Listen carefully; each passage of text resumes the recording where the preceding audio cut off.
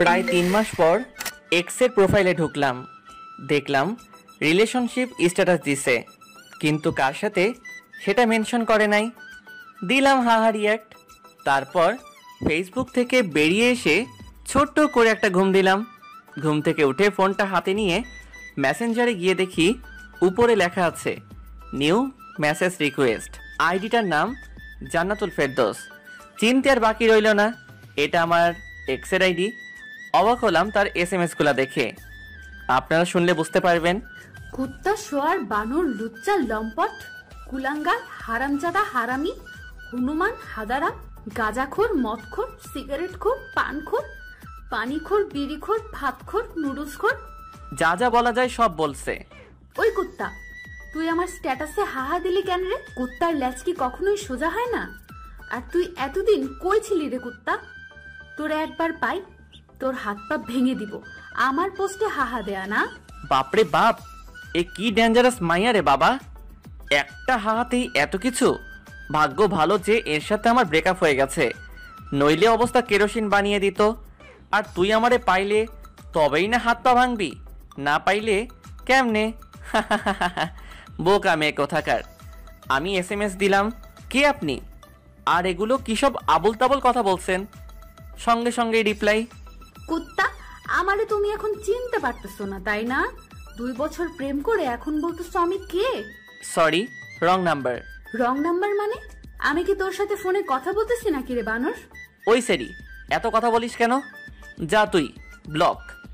You can't message or call them in this chat and you won't receive their message or calls. এখন কি যে ভালো লাগতেছে ভাই, আপনাদেরকে বলে বোঝাতে পারবো না। আমার সাথে ব্রেকআপ করার পর একটা বারের জন্য খোঁজ নিস নাই, এখন আবার আমারে বলতেছো আমি ভাতখোর।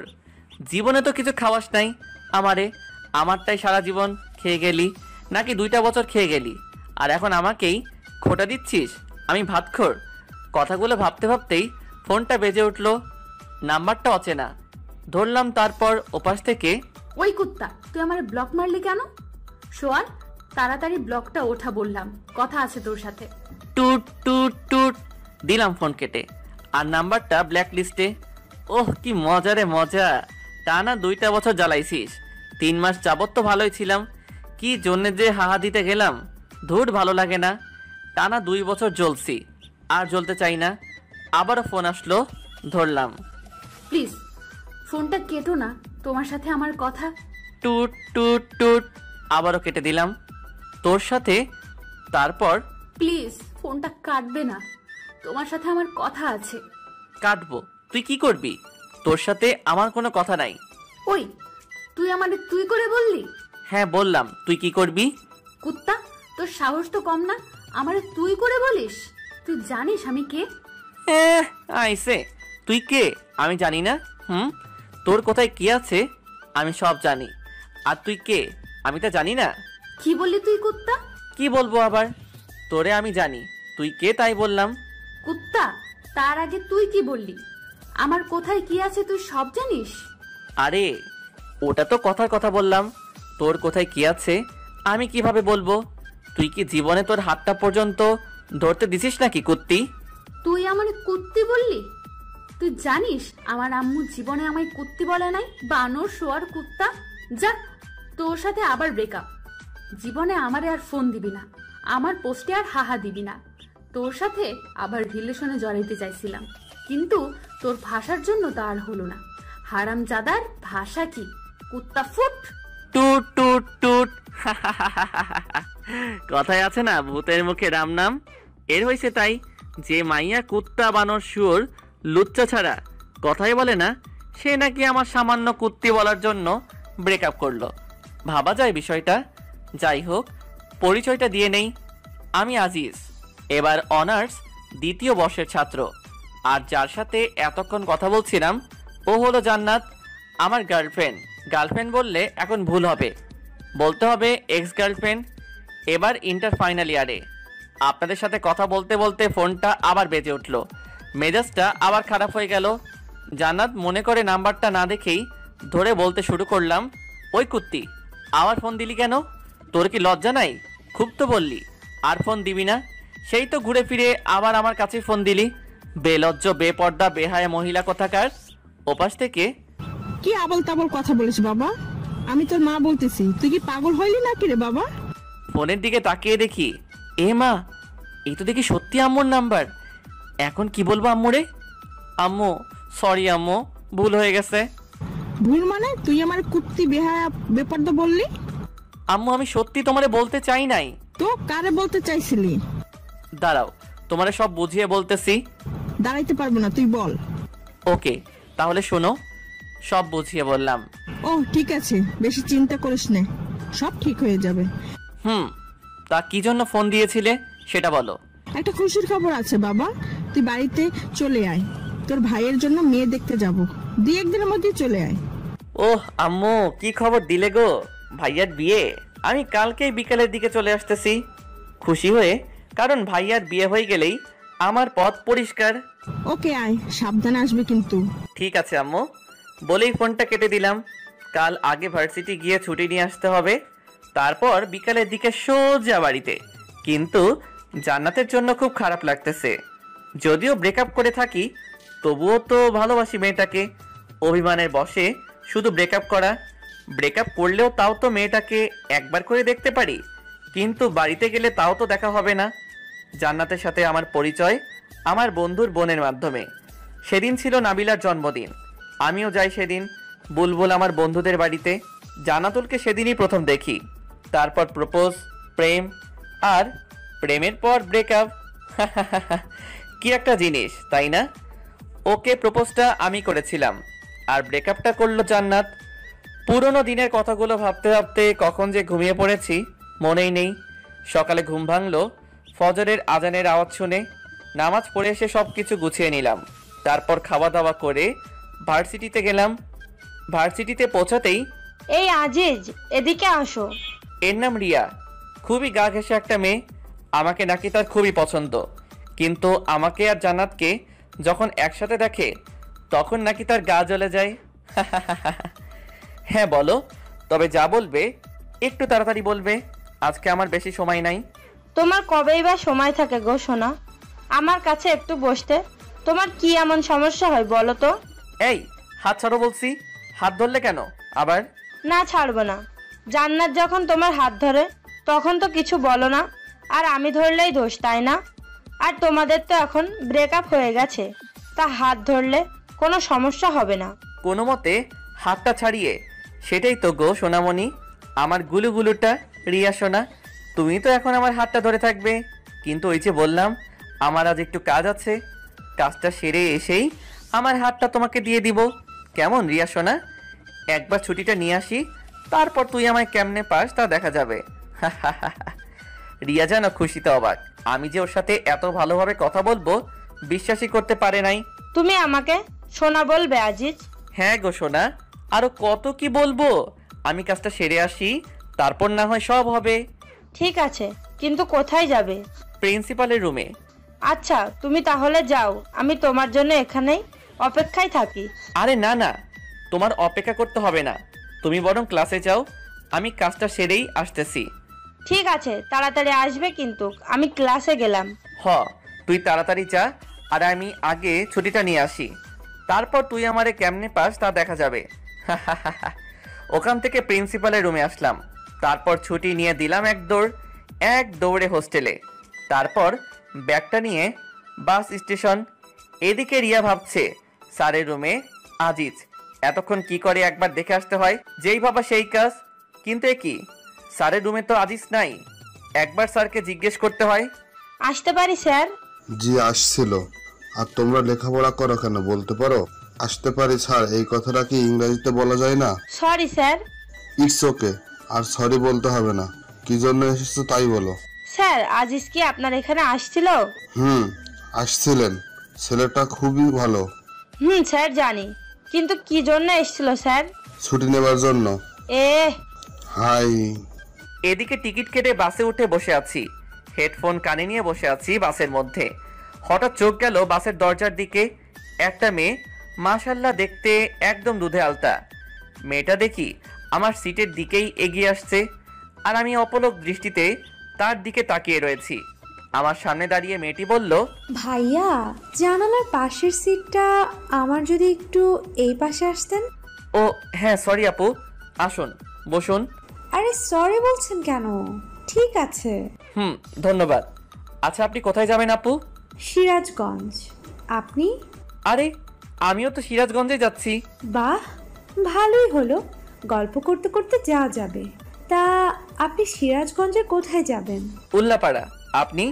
সিরাজগঞ্জে। ও আপনার নামটা কিন্তু জানা হলো না আপু।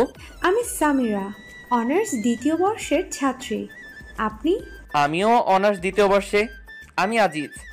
আমরা যেহেতু একই ক্লাসে, তাহলে আমরা তো তুমি করেই বলতে পারি। তুমি কি বলো সামিরা? অবশ্যই, কেন না। আচ্ছা সামিরা, তুমি কি সিঙ্গেল? কেন বলো তো? না, এমনি শুনতে চাইলাম। না, আমার বয়ফ্রেন্ড আছে। আর তুমি? কি আর বলবো, দুঃখের কথা, আমি বর্তমানে ঝুলে আছি। ঠিক, তোমার কথা বুঝলাম না। মানে 3 মাস আগে ব্রেকআপ হয়েছে, কাল রাতে আবার এক্স এর সাথে কথা হয়েছে। ও, তা কি কথা বললে কাল রাতে? শুনবে? বলো। কথাগুলো শুনে যদি তোমার হাসতে হাসতে কাপড় খুলে যায়, তাহলে আমি কিন্তু দায়ী নই। ধুর, ফাজলামো করো নাকি? বলো তো। তাহলে শোনো, কাল রাতে সব কথাগুলো সামিরাকে বললাম। মেয়েটা হাসতে হাসতে যেন গড়াগড়ি খাওয়ার মতো অবস্থা। আমার সব কথা শুনে সামিরা হাসতে হাসতে বলল, আজিজ, তুমি তাহলে ভাত খোর? তুমিও শুরু করলে নাকি? আরে না, এমনি মজা করলাম। হুম আচ্ছা আজিজ, একটা কথা বলবো। বলো। তুমি যদি ভাত খোর হও, তাহলে তুমি এত চিকন কেন? তোমায় তো দেখে মনে হয় না তুমি ভাত খোর। ধুর, ফাইজলামো করছো আমার সাথে? যাও, তোমার সাথেও কথা নাই। আরে আরে, রাগ করো কেন? আমি তো মজা করলাম। আচ্ছা সামিরা, ভাতখোর কাকে বলে বলতে পারবে? আমি কিন্তু এর মানেটা বুঝলাম না। ওটা তোমার গার্লফ্রেন্ডের কাছেই জিজ্ঞেস করো, আমি বলতে পারলাম না।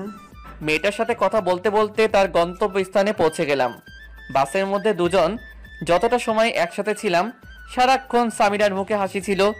যাওয়ার সময়, আজিজ, তুমি কিন্তু খুবই মজার একটা মানুষ।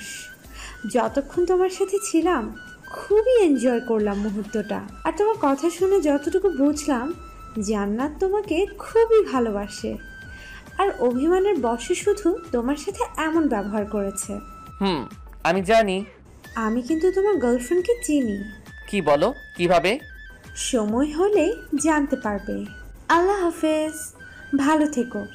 আজিজ আর জান্নাতের সাথে আবার ভাব করে নিও। আল্লাহ হাফেজ সামিরা। কিন্তু তুমি কিভাবে জান্নাতকে চেনো সেটা তো বলে যাও।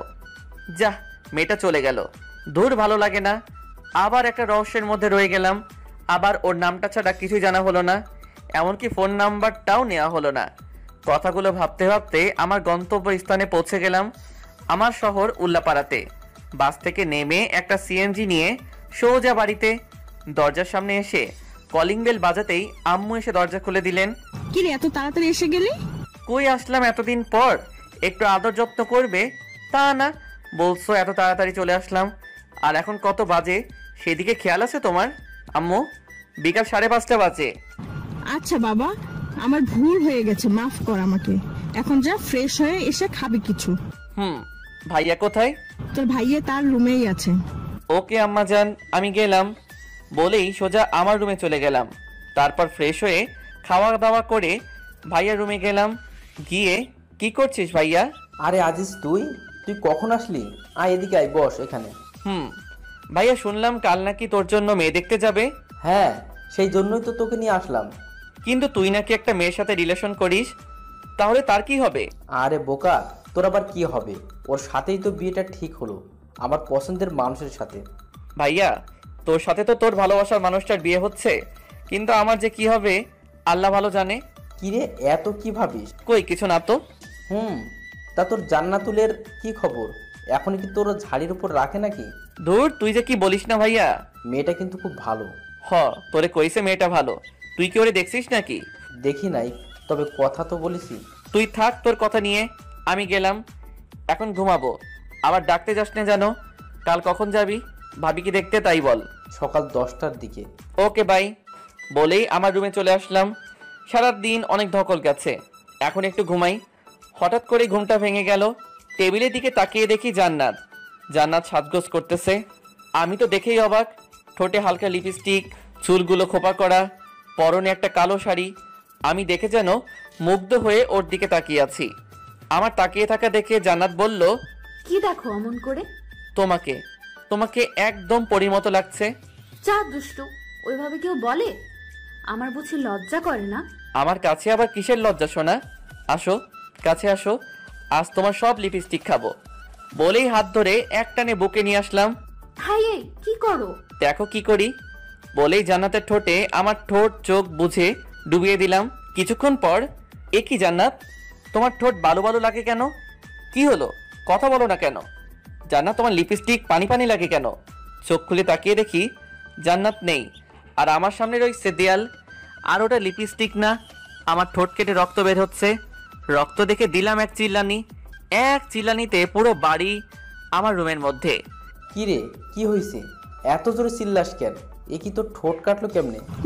কি রে, এতখানি কাটলো কিভাবে? সত্যি করে বলতো, কিভাবে কাটলি? খাটে থেকে পড়ে টরে গেছিলি নাকি?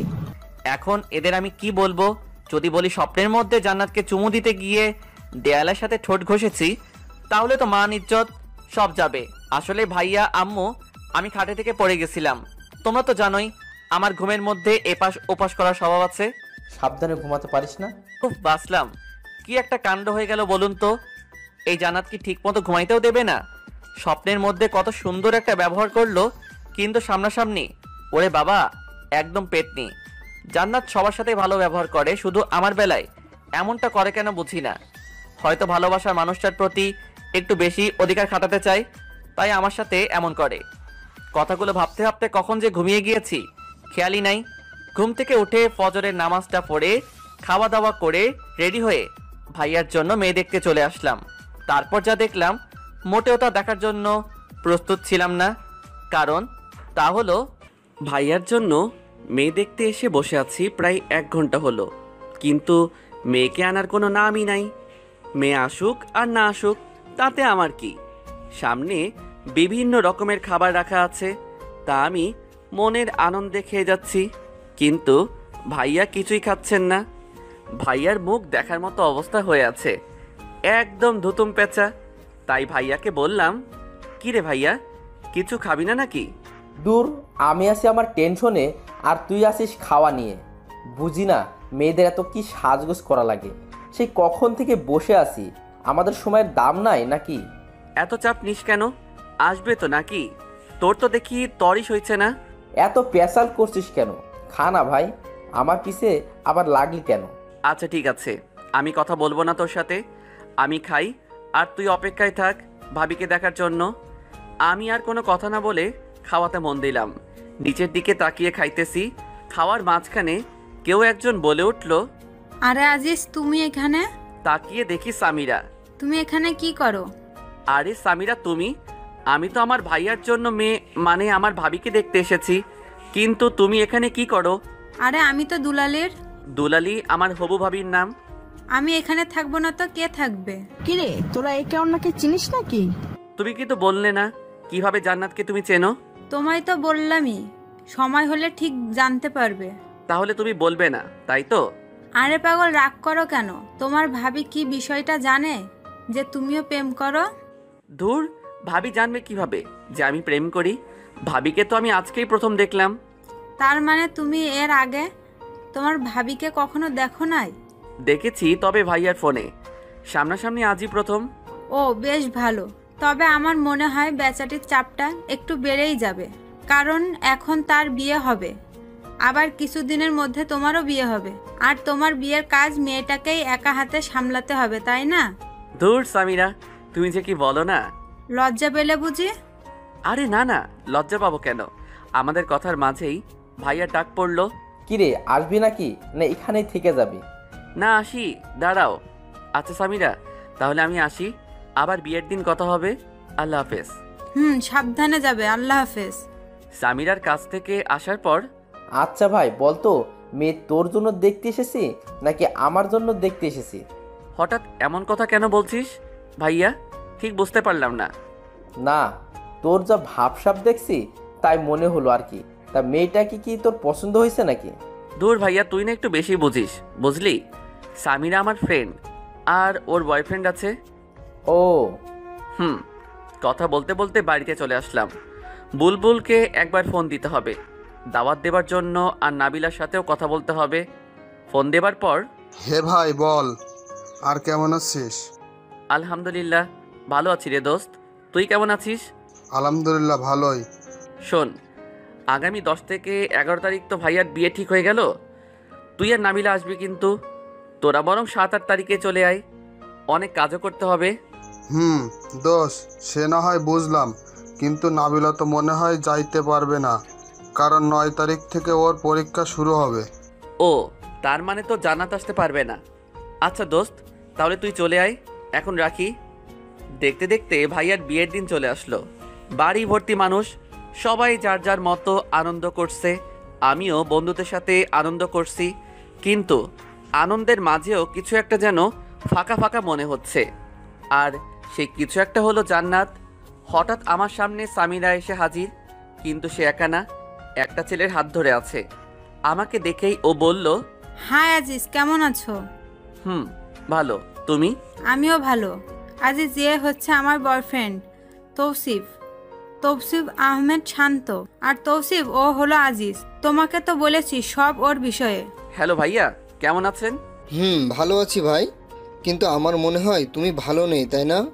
সামিরার কাছে যতটুকু জানা যায় তোমার বিষয়ে সব কিছু শুনলাম। তুমিই তো সেই বিখ্যাত সবখোর। ভাইয়া, সবই কপাল। তা তোমার তাকে তো দেখতে পাচ্ছি না ভাই, আসেনি নাকি? আসলে ভাইয়া, তার তো এক্সাম চলছে, তাই আসতে পারে নাই।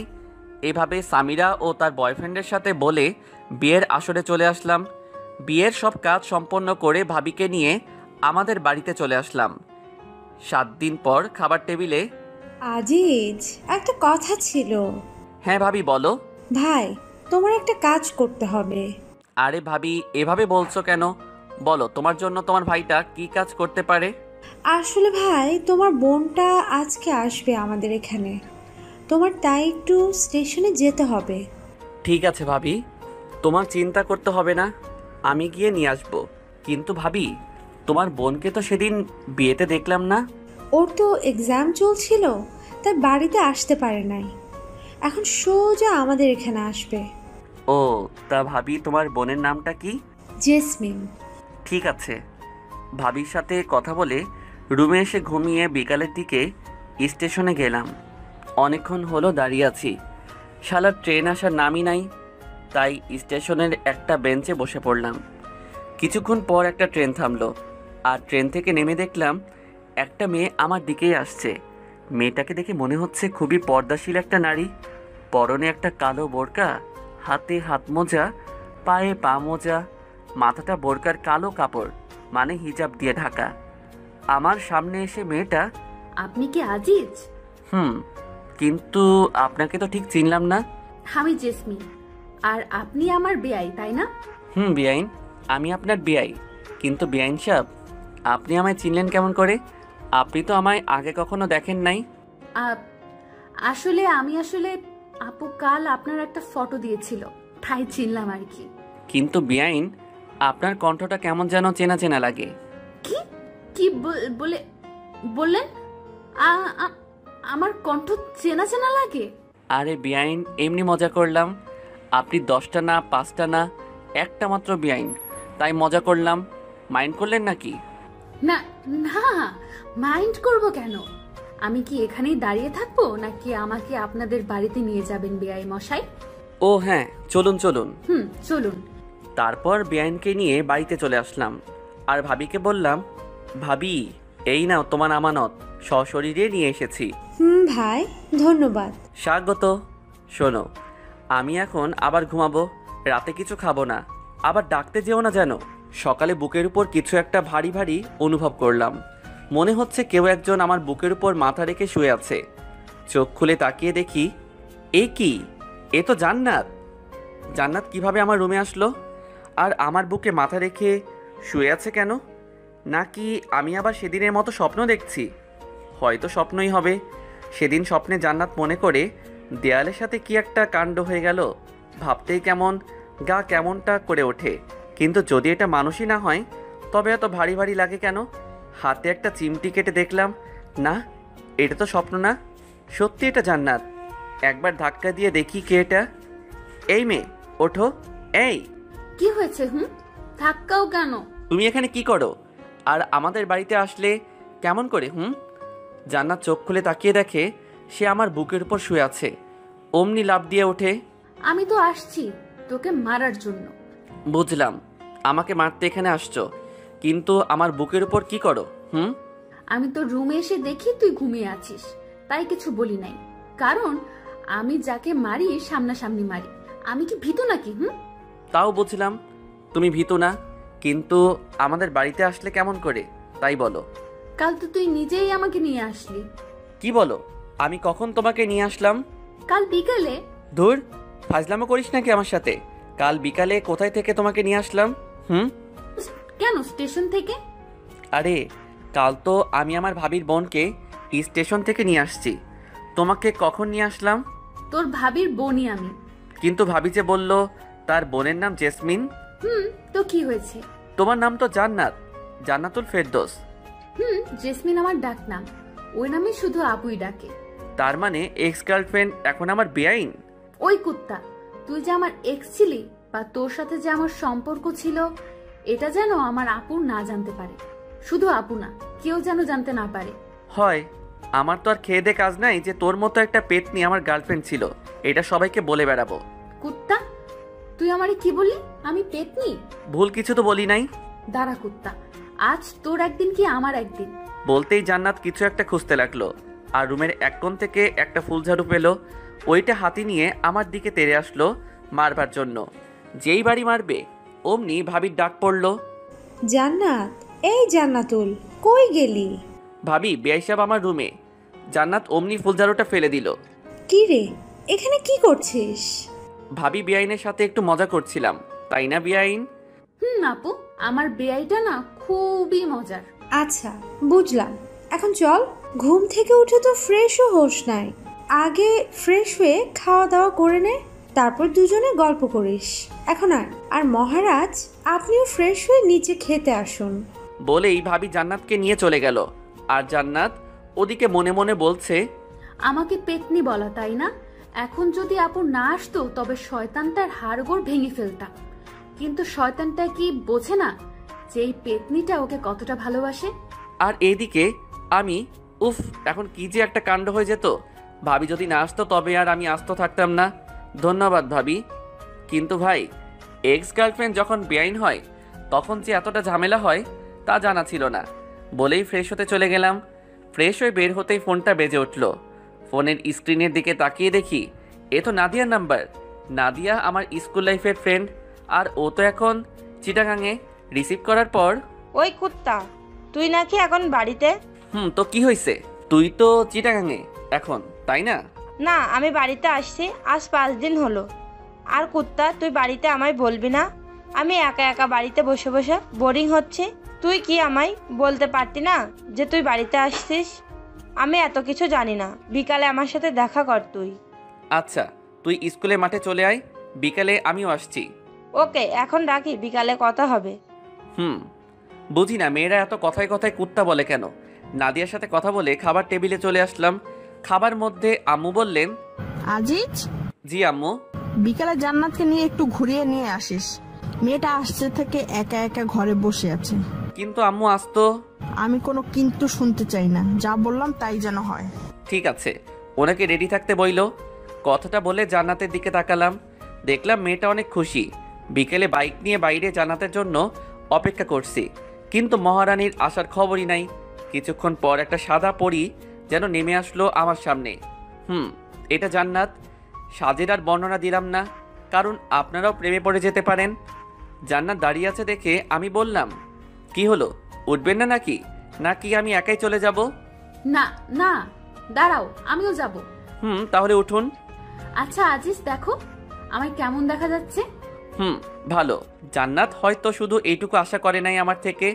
ও ভেবেছে আরো অনেক কিছু বলবো, কিন্তু পেতনিটা জানে না যে তাকে কতটা সুন্দর লাগছে। তারপর দুজন স্কুলের মাঠে চলে আসলাম। দেখি নাদিয়া আগে থেকেই বসে আছে। নাদিয়া আমাকে দেখে আমার কাছে চলে আসলো। এতক্ষণে আসার সময় হলো তোর? সে কখন থেকে বসে আছে? আর এই মেয়েটা কে দোস্ত? দোস্ত, ওর নাম জান্নাত, আমার বেআইন। ও, কিন্তু তোর সাথে যে আমার কিছু কথা আছে। তো বল কি কথা? না, এখানে না, তুই এদিকে আয়। আর আপু, তুমি একটু এখানে বসে থাকো, আমরা আসছি। বলেই নাদিয়া আমার হাত ধরে টানতে টানতে নিয়ে ফাঁকা জায়গায় চলে এলো। আর এদিকে জান্নাত ভাবছে, এ কি গায়ে পড়া মেয়ে রে বাবা! এই ছেমরি তো রিয়া আপুর থেকেও বেশি গায়ে পড়া মেয়ে। আর কি এমন কথা যা আমার সামনে বলা গেল না? না, এই মেয়েটাকে আমার সুবিধার মনে হচ্ছে না। ধুর, ভালো লাগে না। আর এদিকে নাদিয়ার সাথে প্রায় 10 মিনিটের মতো কথা বলে জান্নাতের কাছে আসলাম। কি কথা হলো তা না হয় পরে একদিন শুনবেন, এখন থাক।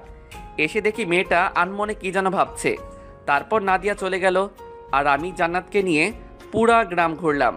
আমার সাথে ঘুরতে পেরে জান্নাত অনেক খুশি। একটা কথা বলবো? বলো। পেতনিটা কে? কোন পেতনি? লুচ্চা, বোঝো না কোন পেতনি? বানর কুত্তা, এতক্ষণ যার সাথে কথা বলে আসলি সেই পেতনি। ও, ওর নাম তো নাদিয়া, আমার স্কুল লাইফের ফ্রেন্ড। বুঝলাম। এখন চল, বাড়িতে যাব। তারপর জান্নাতকে নিয়ে বাড়িতে চলে আসলাম। রাত 9টা। ছাদে নাদিয়ার সাথে ফোনে কথা বলতেছি। তখনই খেয়াল করলাম কেউ একজন ছাদে এসেছে। পিছনে তাকিয়ে দেখি জান্নাত। তাই নাদিয়াকে বললাম, দোস্ত, তোর সাথে পরে কথা বলি। কার সাথে কথা বলছিলি? নাদিয়ার সাথে। কেন বলো তো? আর যেন ওই পেতনিটার সাথে কথা বলতে না দেখি। কেন কেন কথা বলবো না? আর বললে কি করবে? একদম গলা টিপে দিব। কি? জি। কিন্তু কেন? আমি তোমার কি হই যে? আর কিছু বলতে পারলাম না। তার আগেই আমার ঠোঁটে জান্নাতের ঠোঁট ডুবিয়ে দিল। কতক্ষণ ছিল ঠিক বলতে পারবো না। ছাড়ার পর, কজ আই লাভ ইউ। আর একদিন ওই পেতনিটার সাথে কথা বললে দেখ কি করি তোর। বলেই দৌড়ে চলে গেল। বুঝলাম না কিছু। জান্নাতই আমার সাথে ব্রেকআপ করলো আর এখনো নিজেই বলছে আই লাভ ইউ।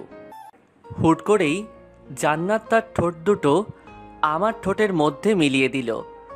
কতক্ষণ যে দুজনের ঠোঁট একত্রে ছিল তা বলতে পারা মুশকিলই বটে। ছাদ থেকে রুমে এসে শুয়ে থেকে ভাবছি কি থেকে কি হয়ে গেল। আর মুচকি মুচকি হাসছি যে মেয়েটা গত 2 বছর আমাদের রিলেশন চলাকালীন নিজে থেকে আমার হাতটা পর্যন্ত ধরছে কিনা মনে নেই, আর আজ সেই মেয়েটাই চুমু দিয়ে দিল। ভাবা যায়?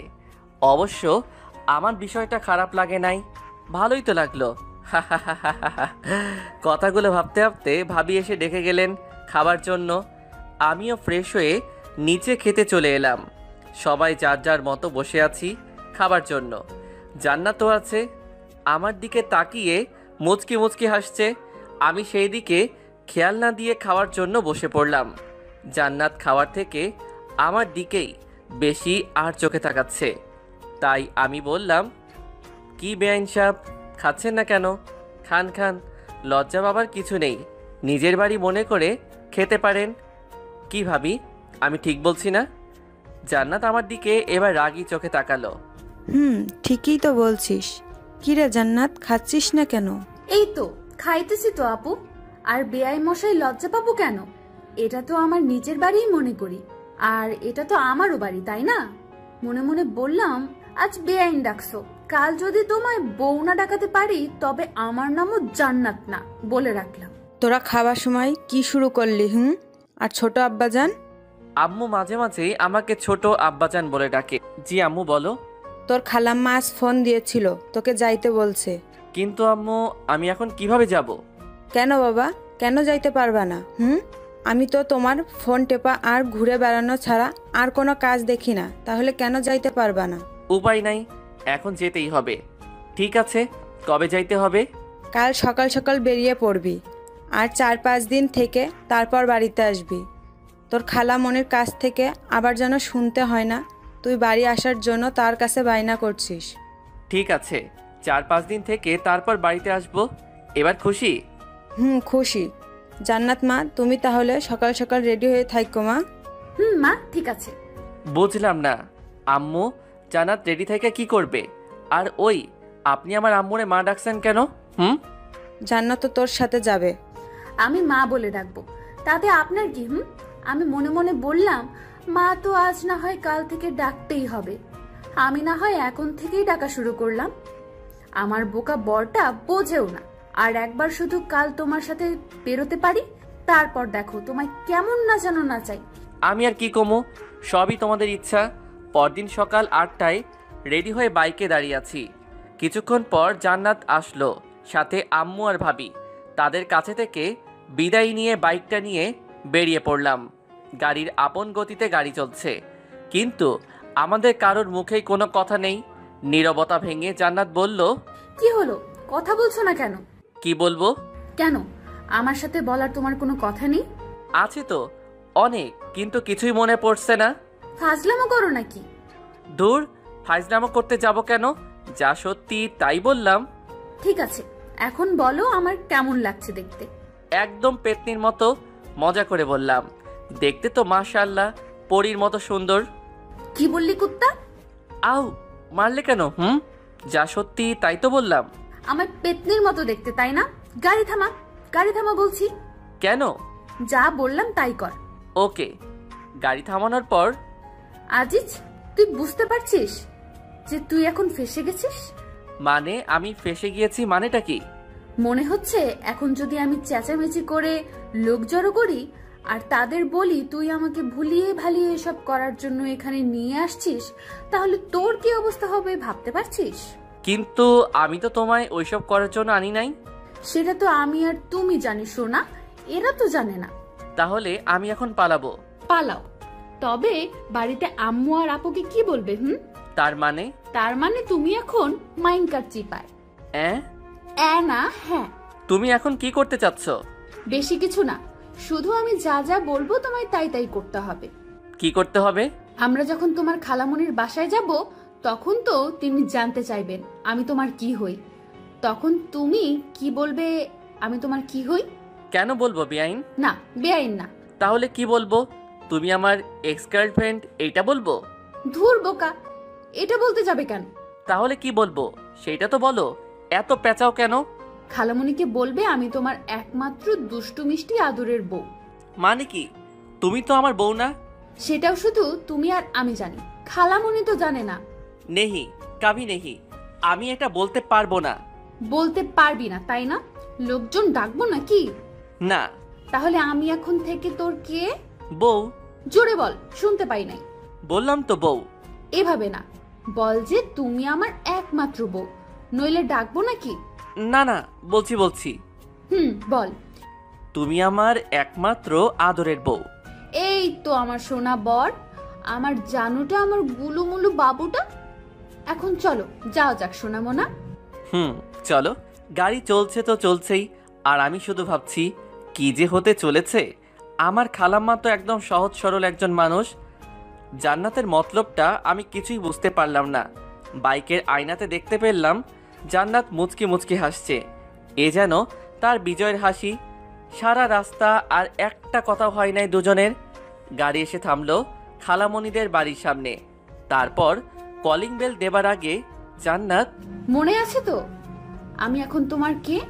বউ, একমাত্র আদরের বউ, আমার সোনা বরটা। তোরে দিলাম চুম্মা।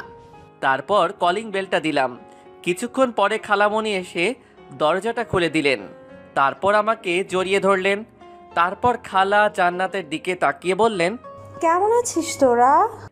আলহামদুলিল্লাহ ভালো খালাম্মা, তুমি কেমন আছো? আলহামদুলিল্লাহ, আমিও ভালো আছি। ও নিশ্চয় আমাদের বৌমার বোন, তাই না? জি খালাম্মা, তাছাড়াও আমার একটা পরিচয় আছে। কি গো, বলো না কেন, বলো। আরো একটা পরিচয় মানে? সেটা কি? না মানে খালা, জান্নাত আমার বউ। কি, তোমরা বিয়ে করে নিলে আর আমাকে জানালে না?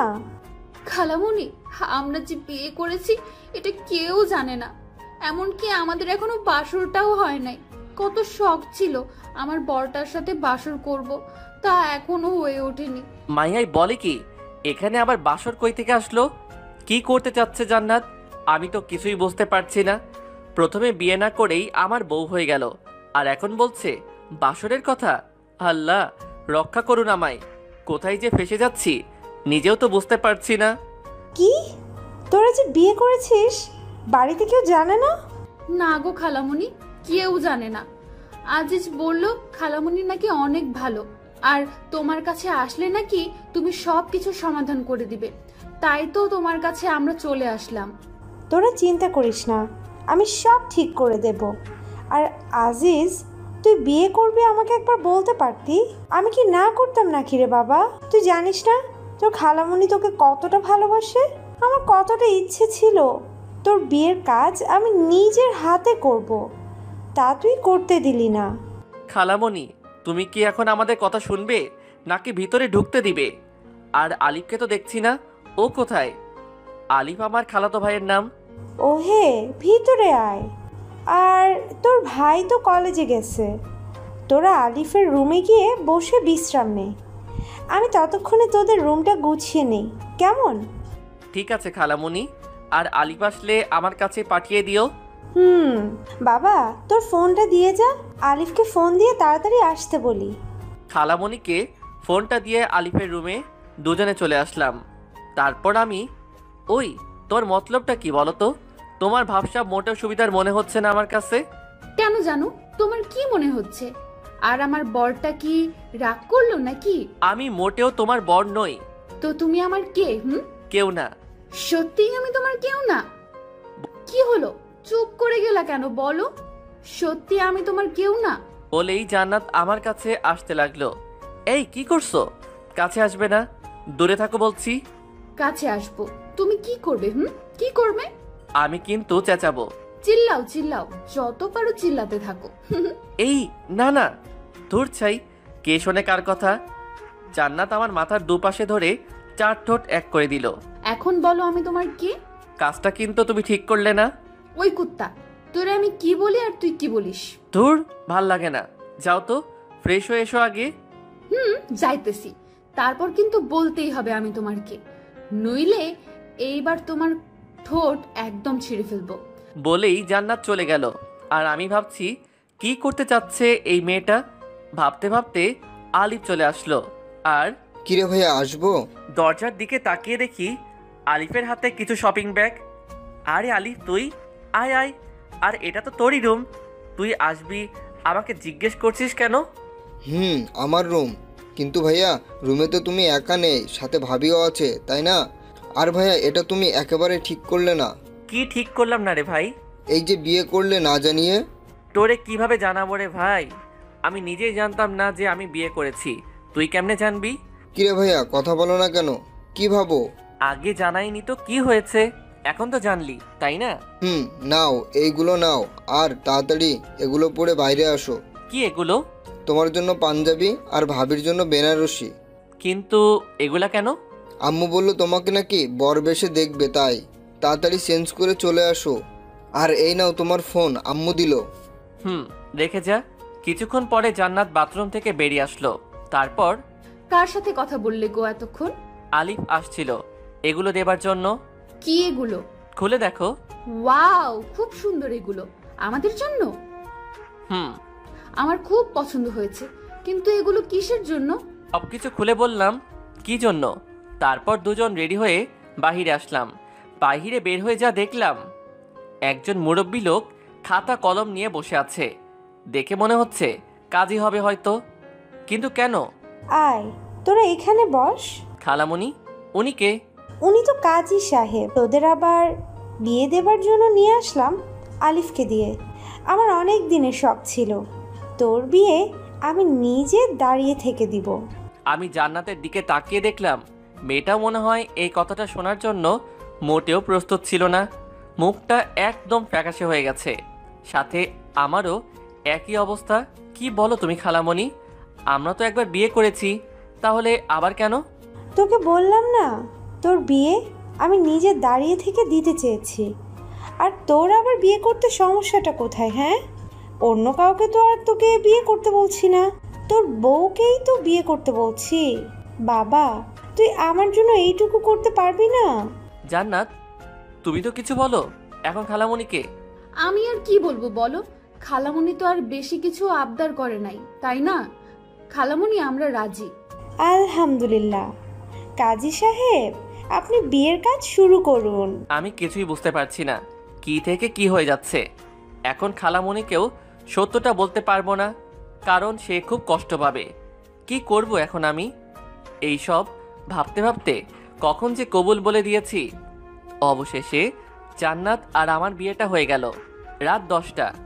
বাসর ঘরের মধ্যে বসে আছে জান্নাত। আমি দরজাটা খুলে ভিতরে ঢুকে রীতিমতো অবাক হলাম, কারণ ঘরটা অনেক সুন্দরভাবে সাজানো। এত অল্প সময়ে এত কিছু কিভাবে সাজালো খালামণি বুঝতে পারছি না। মনে হচ্ছে আগে থেকে সাজানো ছিল ঘরটা।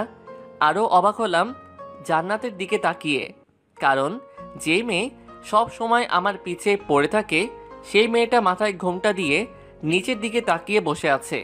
ভাবা যায় জান্নাতকে বউ বেশে যেন সুন্দরী অপ্সরার মতো লাগছে। আমি ভয়ে ভয়ে এক পা দুপা করে খাটের দিকে এগিয়ে যেতে লাগলাম।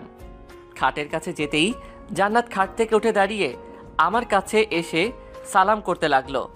আমি তার 2 বাহু ধরে দাঁড় করিয়ে বললাম, এই এই কি করো? তুমি এখন আমার স্বামী, সো এটা আমার অধিকার। শুধু অধিকার নয়, বিয়ের রাতে স্বামীর পায়ে ধরে সালাম করা প্রত্যেকটা স্ত্রীর কর্তব্য ও আমাদের সমাজের নিয়ম। তাই আমাকে তুমি এটা থেকে বিরত রাখতে পারো না। কি আর করা, এই মেয়ের সাথে কথায় পারা খুবই মুশকিল। তারপর জান্নাত আবার আমার পা ছুঁয়ে সালাম করে নিল। তারপর, তোমার কি ওযু আছে? না থাকলে করে আসো, আমরা 2 রাকাত নামাজ আদায় করব। আমি ওযু করে আসছি। তোমার আছে? আছে। আসো তাহলে আমরা নামাজ আদায় করে নিই। জান্নাত 2টা জায়নামাজ বিছিয়ে দিল। আমিও জান্নাত দুজনে নামাজ আদায় করে নিলাম। তারপর নামাজ শেষ করে জান্নাত আবার গিয়ে বিছানাতে বসে পড়ল। আমি আমার টুপি ও পাঞ্জাবিটা খুলে বিছানার দিকে এগিয়ে যেতে লাগলাম।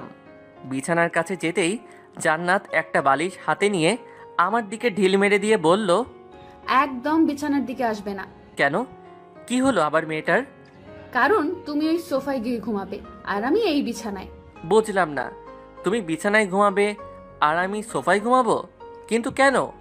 আমাদের তো বিয়ে হয়ে গেছে, আমরা এখন স্বামী স্ত্রী, তাহলে একসাথে ঘুমালে সমস্যাটা কোথায়? কারণ তুমি তো আর একা না, তাই না? কারণ তোমার তো অনেক বান্ধবী আছে। ভার্সিটিতে রিয়া আপু, তারপর দেখলাম নাদিয়া নামের ওই পেতনি, আর এখন সামিরা আপু তোমার কথা বলে। তার সাথে আমার যখনই কথা হয়। কি বলো এগুলো? তুমি জানো আমি কত কষ্টে সেদিন রিয়াকে ফাঁকি দিয়ে আসছি। রিয়াকে যদি ভালোই বাসতাম তাহলে কি আর তাকে ওইভাবে অবহেলা করতাম? সে না হয় বুঝলাম, কিন্তু নাদিয়া আর সামিরা আপু, তুমি সেদিন নাদিরার সাথে কি কথা বললে যা আমার সামনে বলা যেত না? এই কথা এটা সেই দিন জিজ্ঞেস করলেই তো বলে দিতাম। এর জন্য আমার পাগলিটা অভিমান করে আছে। সেদিন বলো নাই তো এখন বলো। একদম মিথ্যা কথা বলবে না, তাহলে কিন্তু।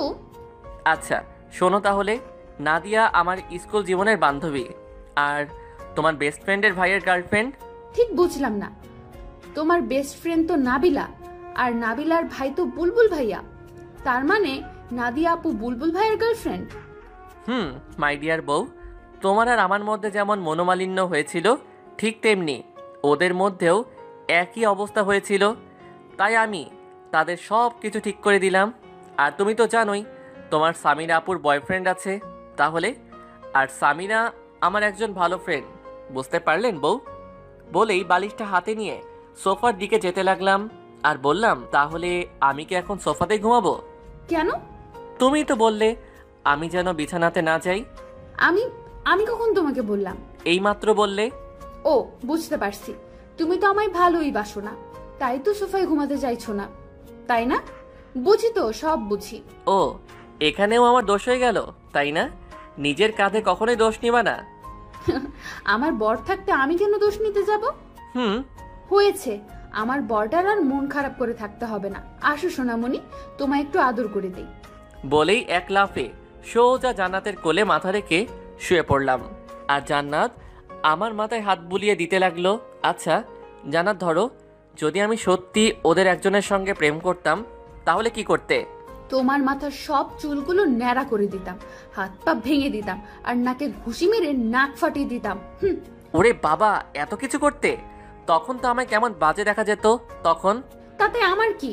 তখন তো সবাই বলতো দেখ দেখ জান্নাতের বরটাকে কেমন বাজে দেখা যায়। বলতো, কিন্তু কেউ তো আর তোমায় আমার থেকে আলাদা করতে পারতো না। বাহ, তোমার মাথায় তো সেই লেভেলের বুদ্ধি। তা আমায় কি এখন অমন করবে নাকি, যাতে আমার দিকে কেউ নজর না দেয়? না, তা করব না। তবে এমন কিছু করব যাতে করে কেউ তোমার উপর নজর দিলেও তোমার নজর যেন তাদের উপর না পড়ে। সেটা কি হবে? আমার বেবি লাগবে, একদম ফুটফুটে কিউট বাচ্চা, যাতে তুমি তার কথা চিন্তা করে হলেও আমাদেরকে ছেড়ে না যাও। বলেই কেঁদে দিল আমার বুকের উপর মুখ লুকিয়ে। ধুর পাগলি, তোমাকে ছাড়া আমি বাঁচবই না। ছেড়ে যাওয়া তো দূরের কথা, জান্নাতুলকে জড়িয়ে ধরে তার কপালে একটা চুমু দিয়ে সত্যি তো কখনো আমাকে ছেড়ে যাবে না তো? নেহি বউ, কাবি নেহি। তারপরও আমার বেবি লাগবে, আর আজকে থেকেই মিশন শুরু করব আমরা।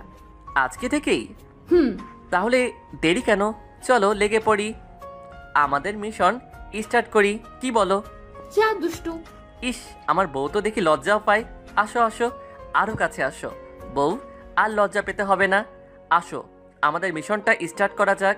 বলেই জান্নাতের ঠোঁটে আমার ঠোঁট ডুবিয়ে দিলাম। ধীরে ধীরে আমরা একে অন্যের মাঝে হারিয়ে যেতে লাগলাম। সবকিছু জানতে চাহিয়া লজ্জা দিবেন না। আমাদের মিশন কমপ্লিট। এখন ফরজ গোসলটা করতে হবে। আমরা এখন চাই ফরজ গোসলটা সেরে আসি, কেমন? গোসল শেষ করে দুজনেই আমরা রুমে এসে শুয়ে পড়লাম। আমি বালিশে মাথা রেখে শুয়ে আছি, আর জান্নাত আমার বুকের উপর মাথা রেখে শুয়ে আছে। আমি জান্নাতকে বললাম, জান্নাত। ও বউ, শোনো না। বলো না। আমরা কি সত্যি সত্যি বিয়ে করে নিয়েছি? কি বলো এগুলা? বিয়ে করে মিশন কমপ্লিট করে এখন বলছো আমরা কি সত্যি সত্যি বিয়ে করেছি? আমার না বিশ্বাসই হচ্ছে না যে আমরা মিশনটা পর্যন্ত কমপ্লিট করে ফেলেছি। কি থেকে কি হয়ে গেল, তাই না? জি না, আমি চেয়েছি বলেই বিয়েটা হলো, বুঝলে?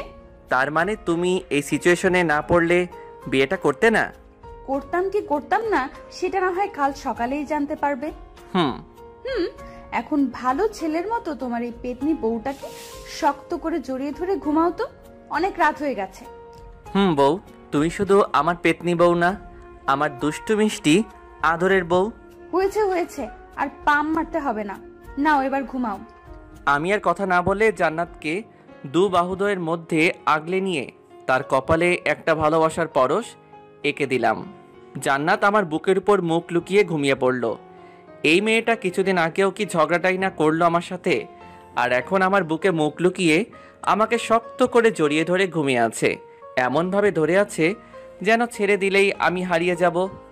ঘুমন্ত পরীটাকে বুকের সাথে আরও শক্ত করে জড়িয়ে নিয়ে আমিও ঘুমের দেশে পা বাড়ালাম।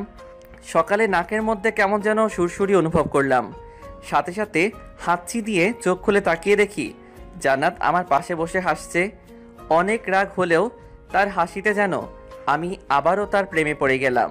জান্নাত হাসতে হাসতে বলল, এই যে মিস্টার বর, ঘুম ভাঙলো তাহলে? ফজরের আজান যে হয়ে গেছে সেদিকে খেয়াল নেই? ওঠো ওঠো, তাড়াতাড়ি উঠে ফ্রেশ হয়ে অজু করে আগে নামাজ পড়ে নেন, তারপর না হয় আবার ঘুমায়েন। আর একটু ঘুমাই না বউ, তারপর নামাজ আদায় করে নেই। না না, তা হচ্ছে না, ওঠো বলছি। তারপর উঠে নামাজ আদায় করে এসে জান্নাতকে আবার বুকে নিয়ে ঘুমিয়ে গেলাম। কিছুক্ষণ পরে মনে হলো কেউ যেন দরজায় ঠকঠক করছে। কে? ভাইয়া, আমি আলী। আর কতক্ষণ ঘুমাবি? এবার তো ওঠো, আম্মু খাবার জন্য ডাকছে তো। খালামণিকে বল আসছি। তুই এখন যা তো ভাই, 5 মিনিট লাগবে আমার। তারপর আলিফ চলে গেল। আমি জান্নাতকে নিয়ে দরজা খুলে বের হলাম। তারপর যা দেখলাম তার জন্য মোটেও প্রস্তুত ছিলাম না, কারণ আমার সামনে দাঁড়িয়ে আছে আম্মু, আব্বু, ভাইয়া আর ভাবি। আমি তাদের দেখে একদম থ হয়ে গেলাম। এরা এখানে কিভাবে আসলো? আমি ভয়ে ভয়ে আম্মুর দিকে তাকিয়ে বললাম, আম্মু বিশ্বাস করো আমরা কিছুই করি নাই। আর আম্মু, আমি এসব করতে চাই নাই। এই জান্নাত আমাকে ব্ল্যাকমেইল করে ওইসব করতে বাধ্য করেছে। আমার এমন হ্যাবলা মার্কা মুখ দেখে সবাই ফিক করে হেসে দিল, আর জান্নাত গিয়ে আম্মুকে জড়িয়ে ধরলো। কি হচ্ছে সব? আমরা সব আগে থেকেই জানতাম রে গাধা, অমন মুখ বানিয়ে আছিস কেন? জানতে মানে? কি জানতে তোমরা? তোর সাথে যে এই বিয়েটা হলো তা আমারই প্ল্যান ছিল। তোকে তোর খালামণির বাড়িতে আসতে বলা আর জান্নাতকে তোকে ব্ল্যাকমেল করছে, সেটাও আমারই প্ল্যান ছিল। কি বলছো এগুলো আম্মু? তোমার প্ল্যান ছিল মানে? তোমরা বললে কি আমি জান্নাতকে বিয়ে করতাম না? আর এগুলো কেন করলে? আমি তো তাই বুঝতে পারছি না। তুই আমাদেরকে ভুল বুঝছিস, আগে কথাটা শোন। ধুর, তুমি থাকো তোমার ভুল বোঝা নিয়ে। আমায় কেউ বিরক্ত করবে না। আমার মাথায় যেন কিছুই খেলছে না। ওখানে আর থাকলাম না, কারণ আমার প্রচণ্ড রাগ উঠে গেছে। আর আমার রাগ উঠলে আমি কি করি নিজেও জানি না। আমার থেকে কেন লুকাতে হবে এগুলো? আমাকে বললে আমি কি জান্নাতকে বিয়ে করতাম না নাকি? আমিও তো জান্নাতুলকে ভালোবাসি। আমি যখন সবার সামনে থেকে চলে আসলাম, তখন জান্নাত আমার পিছু পিছু আসতে লাগলো। মা তুই কোথায় যাস? আম্মু দেখলে তো তোমার ছেলে কতটা রেগে গেছে। আমি যাই, তার রাগ আগে ভাঙিয়ে আসি। আর আম্মু, আমি তোমাদের আগেই বলেছিলাম আজিজকে না জানিয়ে এসব করলেও রেগে যাবে। আমি জানি রে মা, আমার ছেলেটা একটু বেশি বদমেজাজি, আর আমরা তো ওর ভালোর জন্যই ওকে কিছু জানাই নেই। আজিজ যখন জানতে পারবে আমার জন্যই ওর বদমেজাজটা একটু কমেছে, তখন দেখবে সব ঠিক হয়ে যাবে। কিন্তু আম্মু, এখন আমি কি করব? তোর কিছুই করতে হবে না রে মা। 2 ঘন্টা পর আমি রুমে শুয়ে আছি। কে যেন দরজাটা খুলে ভেতরে আসলো। তাকিয়ে দেখি জান্নাত, হাতে খাবারের থালা। আমার কাছে এসে, ওঠো, খেয়ে নিবে। সেই সকাল থেকে এখনো কিছুই খাওনি। কি হলো? আমি কিছু বলছি। আমিও কিন্তু এখনো কিছুই খাইনি। আর আম্মু আমাদের ভালোর জন্যই এগুলো করেছে। আর কেন করেছে শুনবে? ওকে, কথা যখন বলবেই না তাহলে শোনো। সেদিন যখন তোমার সাথে প্রথম ঘুরতে বের হয়েছিলাম আর আমরা একটা রেস্টুরেন্টে গিয়েছিলাম, মনে আছে তোমার? রেস্টুরেন্টে তুমি যখন তোমার মোবাইলটা ফেলে ওয়াশরুমে গেলে, তখনই আম্মু ফোন দেয় তোমায়। আমি প্রথমে ধরতে না চেয়েও ফোনটা ধরি। আমার গলা শুনে আম্মু জিজ্ঞেস করেন আমি কে। তখন আমি আমার আর তোমার বিষয়ে সবকিছু খুলে বলি আম্মুকে। আম্মু তখন বলেন, মারে আমার ছেলেটাকে কিন্তু খুব বদমেজাজি, আর তুই চাইলে আমার ছেলেটার এই স্বভাবটা ঠিক করতে পারিস। কিভাবে? আমার ছেলেটা যখন তোকে মেজাজ দেখাবে, তখন তুই তার থেকে ডাবল মেজাজ দেখাবি। কিন্তু আম্মু। কোনো কিন্তু নয়। তখন থেকে নিজের ইচ্ছা না থাকার পরেও তোমার সাথে খারাপ ব্যবহার করি, তারপর ইগনোরও। জানো, তোমায় যখন এড়িয়ে চলতাম তখন আমার কতটা কষ্ট হতো। তারপর যখন দেখলাম আম্মুর কথাটা অনেক কাজে দিতেছে, তোমার বদ মেজাজটা ভালো হয়ে যাচ্ছে, তখন আমি আর আম্মু অনেক খুশি হয়েছিলাম। আর তারপর আজ এই দিন। কি হলো? তাও এখন আমার সাথে কথা বলবে না? ও, বুঝতে পেরেছি, তুমি তো এখন আর আমাকে ভালোই বাসো না, তো কথা বলছো না। ঠিক আছে, তুমি যখন আমাকে ভালোবাসো না আর কথাও বলবে না, তাহলে আমিও আর তোমার কাছে পড়ে থাকবো না, এখনই চলে যাব। বলেই জান্নাত যেই পা বাড়াবে অমনি ওর হাতটা ধরে এক টানে আমার বুকের উপর নিয়ে এসে, খুব সাহস হয়েছে না? আমাকে ইগনোর করা হয়েছে এতদিন, এখন আবার আমাকে ছেড়ে চলে যাবে না? খুব বার বেড়েছে তোমার, তাই না? আমাকে না জানিয়ে এক পা বাড়ির বাহিরে বের করলে একদম পা ভেঙে হাতে ধরিয়ে দিব। তুমি তো এখন আমায় ভালোই বাসো না, তাই তো কথা বলছো না আমার সাথে। ঠিক আছে, তোমার আর আমার সাথে কথা বলতে হবে না। আমি আর এখানে পড়ে থাকবো না, চলে যাবো আজই, আর এক্ষুনি। তুই জানিস, তোর সাথে যখন আমি কথা বলতে যেতাম আর তুই আমাকে এড়িয়ে চলতি, তখন আমার কতটা কষ্ট হতো। মনে হতো নিজেকে শেষ করে দেই। কিন্তু যখন আম্মু আব্বু ভাইয়ার কথা মনে হতো, তখন আর কিছুই করতে পারতাম না। আবার মনে হতো তুই যদি আবার আমার কাছে ফিরে আসিস আর আমাকে যদি না পাস, তখন তো তুই কষ্ট পাবি। আমি যে তোকে কষ্ট দিতে পারতাম না রে পাগলি। আমি যে তোকে অনেক ভালোবাসি রে।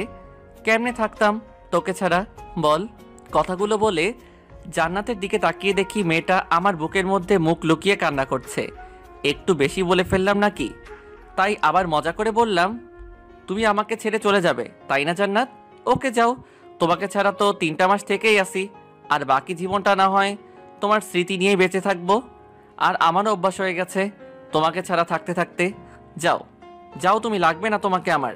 কথাটা বলতেই জান্নাত আমাকে আরো শক্ত করে জড়িয়ে ধরে হাউমাউ করে কান্না করে দিল। আমাকে তাড়িয়ে দিবে আজিজ? এইবার আমি তোমার থেকে আলাদা হলে মনে হয় আর বাঁচবো না আজিজ। আমি সত্যি সত্যি মরে যাব। তুমি জানো আজিজ, তোমাকে যখন এড়িয়ে চলতাম, ইচ্ছে না থাকা সত্ত্বেও তোমার থেকে যখন দূরে দূরে থাকতাম, তখন আমার কতটা কষ্ট হতো। মনে হতো আমার বুকের মধ্যে থেকে কেউ যেন আমার কলিজাটা বের করে নিচ্ছে। তারপরও তোমার থেকে দূরে থাকতাম তোমার ভালোর জন্য, আমাদের ভালোর জন্য। আমাকে তাড়িয়ে দিও না আজিজ, আমি যে তোমাকে ছাড়া বাঁচবো না। জান্নাতের গায়ে যতটা সম্ভব শক্তি আছে, সব শক্তি দিয়ে আমাকে জড়িয়ে ধরে কথাগুলো বলল। তুমি তো বললে আমার কাছে থাকবে না, চলে যাবে। সে তো তুমি আমার সাথে কথা বলছিলে না বলে তার জন্য বললাম। আচ্ছা ঠিক আছে, আমি যদি কখনো তোমাকে ছেড়ে চলে যেতে চাই তাহলে তুমি আমার হাত পা ভেঙে দিও, কেমন? তাও আমাকে তোমার কাছ থেকে যেতে দিবে না। ইস, শখ কত! আমার এত সুন্দর বউটার নাকি হাত পা ভেঙে দিব, তখন তোমাকে কেমন কেমন দেখাবে না?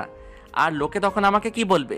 বলবে, দেখ আজিজের বউটাকে কেমন দেখা যায়, একদম পেতনি। বললে বলুক, তাতে আমার কি? সেটা তো আর আমাকে বলবে না, তোমাকেই বলবে। আর তার জন্যই যদি আমাদেরকে কেউ আলাদা করতে না পারে তাহলে আমার হাত পা ভাঙতে কোনো সমস্যা নাই। আমাদেরকে এমনিতেই কেউ আলাদা করতে পারবে না রে পাগলি, সে শক্তি কারো আছে নাকি আল্লাহ তাআলা বাদে? আর যে আলাদা করতে আসবে আমি তারই হাত পা ভেঙে দিব না? আমিও ভেঙে দিব। ঠিক আছে, দিও। হুম। এই বউ, আমার কিন্তু অনেক ক্ষুধা লেগেছে। তোমার জন্য তো খাবার এনে রেখেছি, টেবিলে আছে, খেয়ে নাও। না থাক, খাবো না। খাবে না কেন? এই তো বললে তোমার নাকি অনেক ক্ষুধা লেগেছে। লেগেছে তো। তবে খাবে না কেন? কেউ একজন যদি খাইয়ে দিত তাহলে খাইতাম। তো সেই কেউ একজন তোমাকে না করেছে যে সে খাইয়ে দিবে না? বললেই তো হয় তুমি আমার হাতে খাবে। সেই কেউ একজন কি বোঝে না তারও তার বউয়ের হাতে খেতে ইচ্ছে করে? হয়েছে হয়েছে, আর ন্যাকামি করতে হবে না, আসো খাইয়ে দেই আমার বরটাকে। তারপর জান্নাত আমাকে খাইয়ে দিতে লাগলো আর আমি খাইতে লাগলাম। উফ ভাই, জানেন না বউয়ের হাতে খেতে কতটা মজা। যে বউয়ের হাতে খাবার খায় সেই শুধু জানে এর হাতের খাবার একদম যেন অমৃত। দুঃখের বিষয়, আমি এখনো ছোট্ট বাচ্চা, একটা ছেলে, সবেমাত্র এসএসসি দিলাম, বিয়ে করা তো দূরের কথা, বউ পামু কই? জান্নাত আমাকে খাইয়ে দিতেছে আর আমার মুখের দিকে তাকিয়ে আছে। তার তাকিয়ে থাকা দেখে বুঝতে পারলাম ওরও অনেক ক্ষুধা লেগেছে। মেয়েটাও তো সারাদিন কিছু খায়নি, তাই আমিও এক লোকমা খাবার নিয়ে জান্নাতের মুখের কাছে ধরলাম। সাথে সাথে মেয়েটা খাবার মুখে নিয়ে নিল, যেন সেই অপেক্ষাতেই ছিল আমি কখন তাকে খাবার খাইয়ে দেই। খাবার মুখে নিতেই জান্নাতের চোখ দিয়ে পানি গড়িয়ে পড়ল। এটা কোনো দুঃখের পানি দেখলাম না, এটা যেন রাজ্য জয়ের আনন্দের চোখের পানি। সবার বউই চায় তার স্বামী তাকে একটু কেয়ার করবে, একটু ভালোবাসবে। খাবার সময় আবদার করে বর তার বউকে বলবে, তুমি আমাকে খাইয়ে না দিলে আমি খাবই না। বউ যখন তার স্বামীকে খাইয়ে দেবে, তার স্বামীও তখন তার বউকে খাইয়ে দেবে। এতটুকুই। বউদের তখন আর কিছুই যেন চাই না, এতেই নিজেকে যেন রানী মনে করেন। কথাগুলো ভাবতে ভাবতে আমাদের খাওয়া শেষ। তারপর আমার ফোনটা বেজে উঠল। বউ। ও বউ, কি? আমার ফোনটা একটু এনে দাও না গো, টেবিলের উপর থেকে। পারবো না, নিজেটা নিজেই নিয়ে নাও। থাক, তোমার আনতে হবে না, আমি নিয়ে নেই। ফোনটা হাতে নিয়ে দেখি অচেনা নাম্বার। ধরার পরে, হ্যালো, আসসালামু আলাইকুম, কে বলছেন? ভাইয়া, আমি রাফি বলছিলাম, আপনার কলেজের ছোট ভাই। ও রাফি, ভাই বল। ভাইয়া, আপনাদের তো কালকেই ফর্ম ফিল আপের লাস্ট ডেট। ও হ্যাঁ, তাই তো, ধন্যবাদ ভাই, আমার তো মনেই ছিল না। আরে ভাই, ধন্যবাদ দেওয়ার কি আছে, আমি রাখি তাহলে, কাল দেখা হবে। কে ফোন দিয়েছিল গো? রাফি কলেজের ছোট ভাই, কাল একবার কলেজে যেতে হবে, ফর্ম পূরণ করতে হবে। ও, তাহলে আর দেরি করো না। পরের দিন সকাল 7টা, জান্নাতের কপালে চুমু এঁকে দিয়ে ভার্সিটির উদ্দেশ্যে রওনা দিলাম। কলেজের মধ্যে ঢুকতেই আমার চোখ কপালে উঠে গেল। আমি ভাবতেও পারি নাই কলেজে ঢুকেই প্রথমে এই মেয়েটার সম্মুখীন পড়তে হবে, কারণ আমার সামনে রিয়া দাঁড়িয়ে আছে। আমি রিয়াকে দেখেও না দেখার মতো করে রিয়াকে পাশ কাটিয়ে যেতে লাগলাম। অমনি রিয়া, ওই আজিজ, দাঁড়াও। আমি দাঁড়িয়ে গেলাম আর রিয়া এক প্রকার দৌড়ে আমার কাছে চলে আসলো। কেমন আছো আজিজ? ভালো, তুমি? খুবই ভালো। আচ্ছা আজিজ, শুনলাম তুমি নাকি জান্নাতকে বিয়ে করেছো। কাজটা কি তুমি ঠিক করলে আজিজ? মানে কি বলতে চাচ্ছ তুমি? মানে কিছু না। আচ্ছা আজিজ, একটা কথা বলো তো, জান্নাতের মধ্যে কি এমন পেলে যা আমার কাছে ছিল না? জান্নাত তোমায় কি এমন সুখ দিতেছে যা আমি তোমায় দিতে পারতাম না? আমি কি তোমাকে জান্নাতের থেকে বেশি আমি তোমার সুখ দিতে পারতাম। রিয়া, তুমি একটু বেশি বলে ফেলছো না? বেশি বলিনি আজিজ, তুমি হয়তো জানো না এই কলেজের শুধু স্টুডেন্টরাই আমার জন্য পাগল না, অনেক স্যারও আছে যারা আমার জন্য পাগল, আর আমি শুধুই তোমার জন্য পাগল। ছি রিয়া, তুমি কি সত্যি পাগল হয়ে গেলে নাকি? কি বলো এগুলা? হ্যাঁ হ্যাঁ, আমি পাগল হয়ে গেছি, তোমার জন্য পাগল হয়ে গেছি। আচ্ছা, তুমি চাইলেই পরীক্ষা করে নিতে পারো কার কাছে বেশি সুখ পাও, তুমি আমার কাছে নাকি ওই জান্নাতের কাছে। এসো আমার সাথে, এসো কমন রুমে, তোমাকে দেখিয়ে নিয়ে আসি কে বেশি সুখ দিতে পারে। বলেই রিয়া আমার হাত ধরে টানতে লাগলো। আমি রিয়ার হাতটা ছাড়িয়ে রিয়াকে একটা গালে থাপ্পড় মেরে বললাম, ছি রিয়া, তোমার মন মানসিকতা এতটা নীচ? তোমাকে আমি একটা ভালো মেয়ে মনে করেছিলাম, কিন্তু তুমি আমাকে মারলে আজিজ। তুমি হয়তো জানো না আজিজ, আমি যা চাই তাই পাই, দরকার পড়লে জোর করে আদায় করে নেই, আর যদি তাও না পাই তাহলে কাউকে পেতে দেই না। এমন কমন ডায়লগ সবাই দেয়, আমিও তোমাকে তার ব্যতিক্রম মনে করি না। আমি কি জিনিস তুমি এখনো জানতে পারোনি আজিজ। তুমি কি করতে চাচ্ছ? Wait and see. Oh sorry, তুমি তো বেশিক্ষণ দেখতেও পারবে না। ওই তোরা কোথায়, চলে আয়। সাথে সাথে অনেকগুলো ছেলে এসে আমাকে চারদিক দিয়ে ঘিরে নিল। তাদের সকলের হাতে হকি স্টিক আর স্ট্যাম্প। কয়েকটা ছেলেকে দেখে চিনতে পারলাম ওরা রিয়ার কাজিন হয়। দাঁড়িয়ে দাঁড়িয়ে কি তোরা তামাশা দেখবে নাকি কাজ শুরু কর? হ্যাঁ পু, কাজ শুরু করছি। বলেই আমার পায়ের হাঁটুর গিরাতে একটা বাড়ি মারল। তাল সামলাতে না পেরে মাঠের মধ্যে পড়ে গেলাম। কি হলো, তোরা থামলি কেন? ওর এমন অবস্থা করবি যাতে বুঝতে পারে এই রিয়ার কথা না মানলে কি হয়। তারপর সবাই মিলে আমাকে মারতে লাগলো। ক্যাম্পাসের সবাই আমার দিকে তাকিয়ে আছে, কিন্তু কেউই এগিয়ে আসতে সাহস পাচ্ছে না। আমি যে ব্যথাতে বারবার চিৎকার করে উঠছি, মাগো ও মাগো, কিন্তু আমার চিৎকার সবার কানে পৌঁছালেও কেউ যেন শুনতে পাচ্ছে না। এতক্ষণ আমাকে মারতে দেখছিল কলেজের ছোট ভাই রাফি, তাই রাফি তাড়াতাড়ি করে বুলবুল রে ফোন দেয়। হ্যালো বুলবুল ভাইয়া। হ্যাঁ রাফি বল। রাফি কি হয়েছে, তোর কণ্ঠ এমন শোনা যাচ্ছে কেন? বুলবুল ভাইয়া, আজিজ ভাইয়াকে রিয়া আপুর কলেজরা। আজিজ? কি হয়েছে আজিজের? তুই এখন কোথায়? আর আজিজ কি তোর কাছেই আছে? কি হলো বলছিস না কেন? কলেজ ক্যাম্পাসে। তুই চিন্তা করিস না ভাই, আমি আসছি। তুই রাহাত, সুমন আর আমাদের ক্লাবের সকলকে খবর দে, আমি আসছি। বুলবুল এক প্রকার পাগলের মতো দৌড় দিতে লাগলো। রাফি এদিকে রাহাত, সুমন আর তাদের ক্লাবের সকলকে খবর দিয়ে দেয়। সকলে ছুটে চলে আসে কলেজে। এসে দেখে আজিজ জ্ঞান হারিয়ে মাঠের মধ্যে পড়ে আছে। তবুও রিয়ার কাজিনরা আজিজকে মেরেই যাচ্ছে। বুলবুলদের দেখে রিয়া পালিয়ে যেতে লাগলে তাদের কলেজের আসিয়া নামের একটা মেয়ে রিয়াকে ধরে ফেলে, আর সাথে তার বান্ধবীরাও। এদিকে বুলবুল, সুমন, রাহাত ও তাদের বন্ধুরা রিয়ার কাজিনদের উড়াধুরা মারতে থাকে। কিছুক্ষণ পর পুলিশ চলে আসে সেখানে এবং সব কিছু পর্যবেক্ষণ করে রিয়া ও তার কাজিনদের ধরে নিয়ে যায়। এদিকে জ্ঞান হারিয়ে মাঠের মধ্যে পড়ে আছে আজিজ। তার মাথায় আঘাত করার কারণে মাথা দিয়ে প্রচণ্ড পরিমাণে রক্ত বের হচ্ছে। বুলবুলরা তাড়াতাড়ি করে আজিজকে হসপিটালে নিয়ে যায়। তারপর আজিজের বাড়িতে তার ভাবির নাম্বার ফোন করে বুলবুল। হ্যালো, কে বলছেন? ভাবি, আমি বুলবুল, আজিজের বন্ধু। হ্যাঁ, কি হয়েছে? তোমরা কাঁদছো কেন? কে ফোন করেছে রে আপু? বুলবুল। দে দেখি, আমাকে দে ফোনটা। হ্যালো বুলবুল ভাইয়া, কি হয়েছে, কাঁদছেন কেন? জান্নাত, আজিজকে ওরা। আজিজের নাম শুনেই জান্নাতের গলা শুকিয়ে যায়। ভাইয়া, আজিজের কি হয়েছে বলুন প্লিজ, কাঁদবেন না ভাইয়া, বলুন প্লিজ। জান্নাত বুলবুলের কথা শুনে হাতে থেকে ফোনটা পড়ে যায় এবং এক চিৎকার দিয়ে সাথে সাথে ফ্লোরে পড়ে গিয়ে জ্ঞান হারিয়ে ফেলে। জান্নাতের চিৎকার শুনে বাড়ির সবাই একত্রিত হয়ে যায়। জান্নাতুল, এই জান্নাত, কি হলো তোর? কথা বল।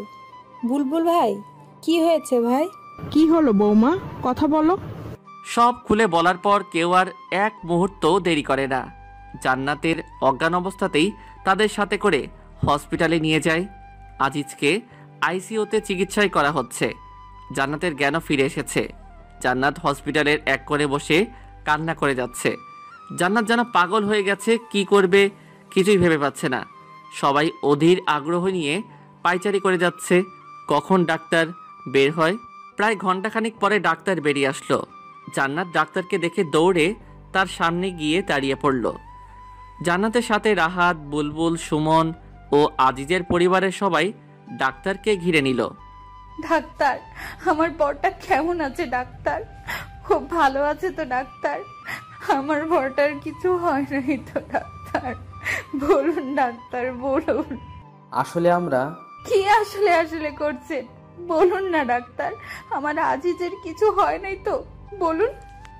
জান্নাত ছোট বাচ্চাদের মতো এমনভাবে আবদার করছে যেন ডাক্তার মুখে বললেই সবকিছু ঠিক হয়ে যাবে। ডাক্তার বুলবুলের সামনে আসে।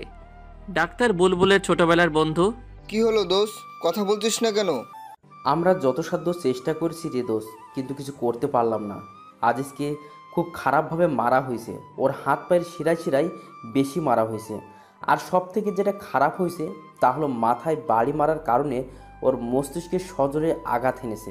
তাই আমাদের হাতে আর কিছু নেই রে দোস্ত। দোস্ত, আজিজের জ্ঞান কি ফিরেছে? না, আর 24 ঘন্টার মধ্যে আমরা জ্ঞান ফেরারেও কোনো সম্ভাবনা দেখছি না। আর আজিজ যে অবস্থাতে এখন আছে তাতে ওর সেন্স ফিরতে 24 ঘন্টা অথবা 1 মাস, 1 বছর, আবার নাও ফিরতে পারে। মানে আমি তোদের বোঝাতে চাচ্ছি আজিজ এখন কোমাতে চলে গেছে। ডাক্তারের কথা শুনে জান্নাত আবারও জ্ঞান হারিয়ে ফেলেন। সবাই মিলে জান্নাতকে নিয়ে আবার ব্যস্ত হয়ে পড়ে। জান্নাতকে একটা ক্যাবিনে নিয়ে রাখা হয়। জান্নাতের পাশে বসে আছেন জান্নাতের বোন। আজিজকে দেখার জন্য তার পরিবারের সবাই ব্যস্ত হয়ে পড়েছেন, কিন্তু ডাক্তার বারণ করে দিয়েছে 24 ঘন্টা না যাওয়া পর্যন্ত রোগীকে কোনো প্রকার বিরক্ত করা যাবে না। এদিকে জান্নাতের প্রায় ঘন্টাখানিক পরে জ্ঞান ফিরে। জ্ঞান ফিরতেই আজিজ আজিজ বলে চিৎকার করে ওঠে। আপু, আমার বর কই রে? ওর কিছু হয় নাই তাই না রে আপু? ওই ডাক্তারটা না খুব বাজে তাই না রে আপু? আমার বরকে নিয়ে কি সব আজে বাজে কথা বলছিল। আমি আমার বরের কাছে যাব, আমাকে নিয়ে চল না রে আপু। তুই শান্ত হ বোন, আজিজের তো কিছুই হয় নাই তাই না? আজিজ এখন ঘুমিয়ে আছে, ওকে তো এখন বিরক্ত করা যাবে না। আজিজের কাছে গেলে তো আজিজের ঘুম ভেঙে যাবে তাই না রে বোন? তুই কান্না করছিস কেন রে আপু? ওহো, আমি বুঝতে পেরেছি, তোরা মিথ্যা বলে আমাকে সান্ত্বনা দিচ্ছিস তাই না? ধুর পাগলি, আমি কখন কাঁদলাম? এই দেখ, আমার চোখে কি পানি আছে নাকি? তুই কি দেখতে কি দেখেছিস? তাহলে আমাকে আমার বরটার কাছে নিয়ে চল, আমার বরটাকে আমার খুব দেখতে ইচ্ছে করছে। তোকে বললাম না আজিজ এখন ঘুমিয়ে আছে, ওকে বিরক্ত করা যাবে না। আমি কোনো রকম বিরক্ত করব না, সত্যি বলছি। শুধু একটু দূর থেকে দেখবো, নিয়ে চল না রে আপু। বললাম না আজিজ ঘুমাচ্ছে। তোকে আমি বললাম না আমি শুধু দূর থেকে ওরে দেখবো? কথা কি তোর কানে যায় না? আমাকে নিয়ে চল না রে আপু, শুধু একটা বার দূর থেকে আমার বরটাকে দেখবো। যাবি নিয়ে আমাকে? দূরে থেকেই দেখবি তো, কাছে যাবার জন্য আবার পাগলামো করবি না তো? সত্যি বলছি, শুধু দূর থেকেই একটাবার দেখবো।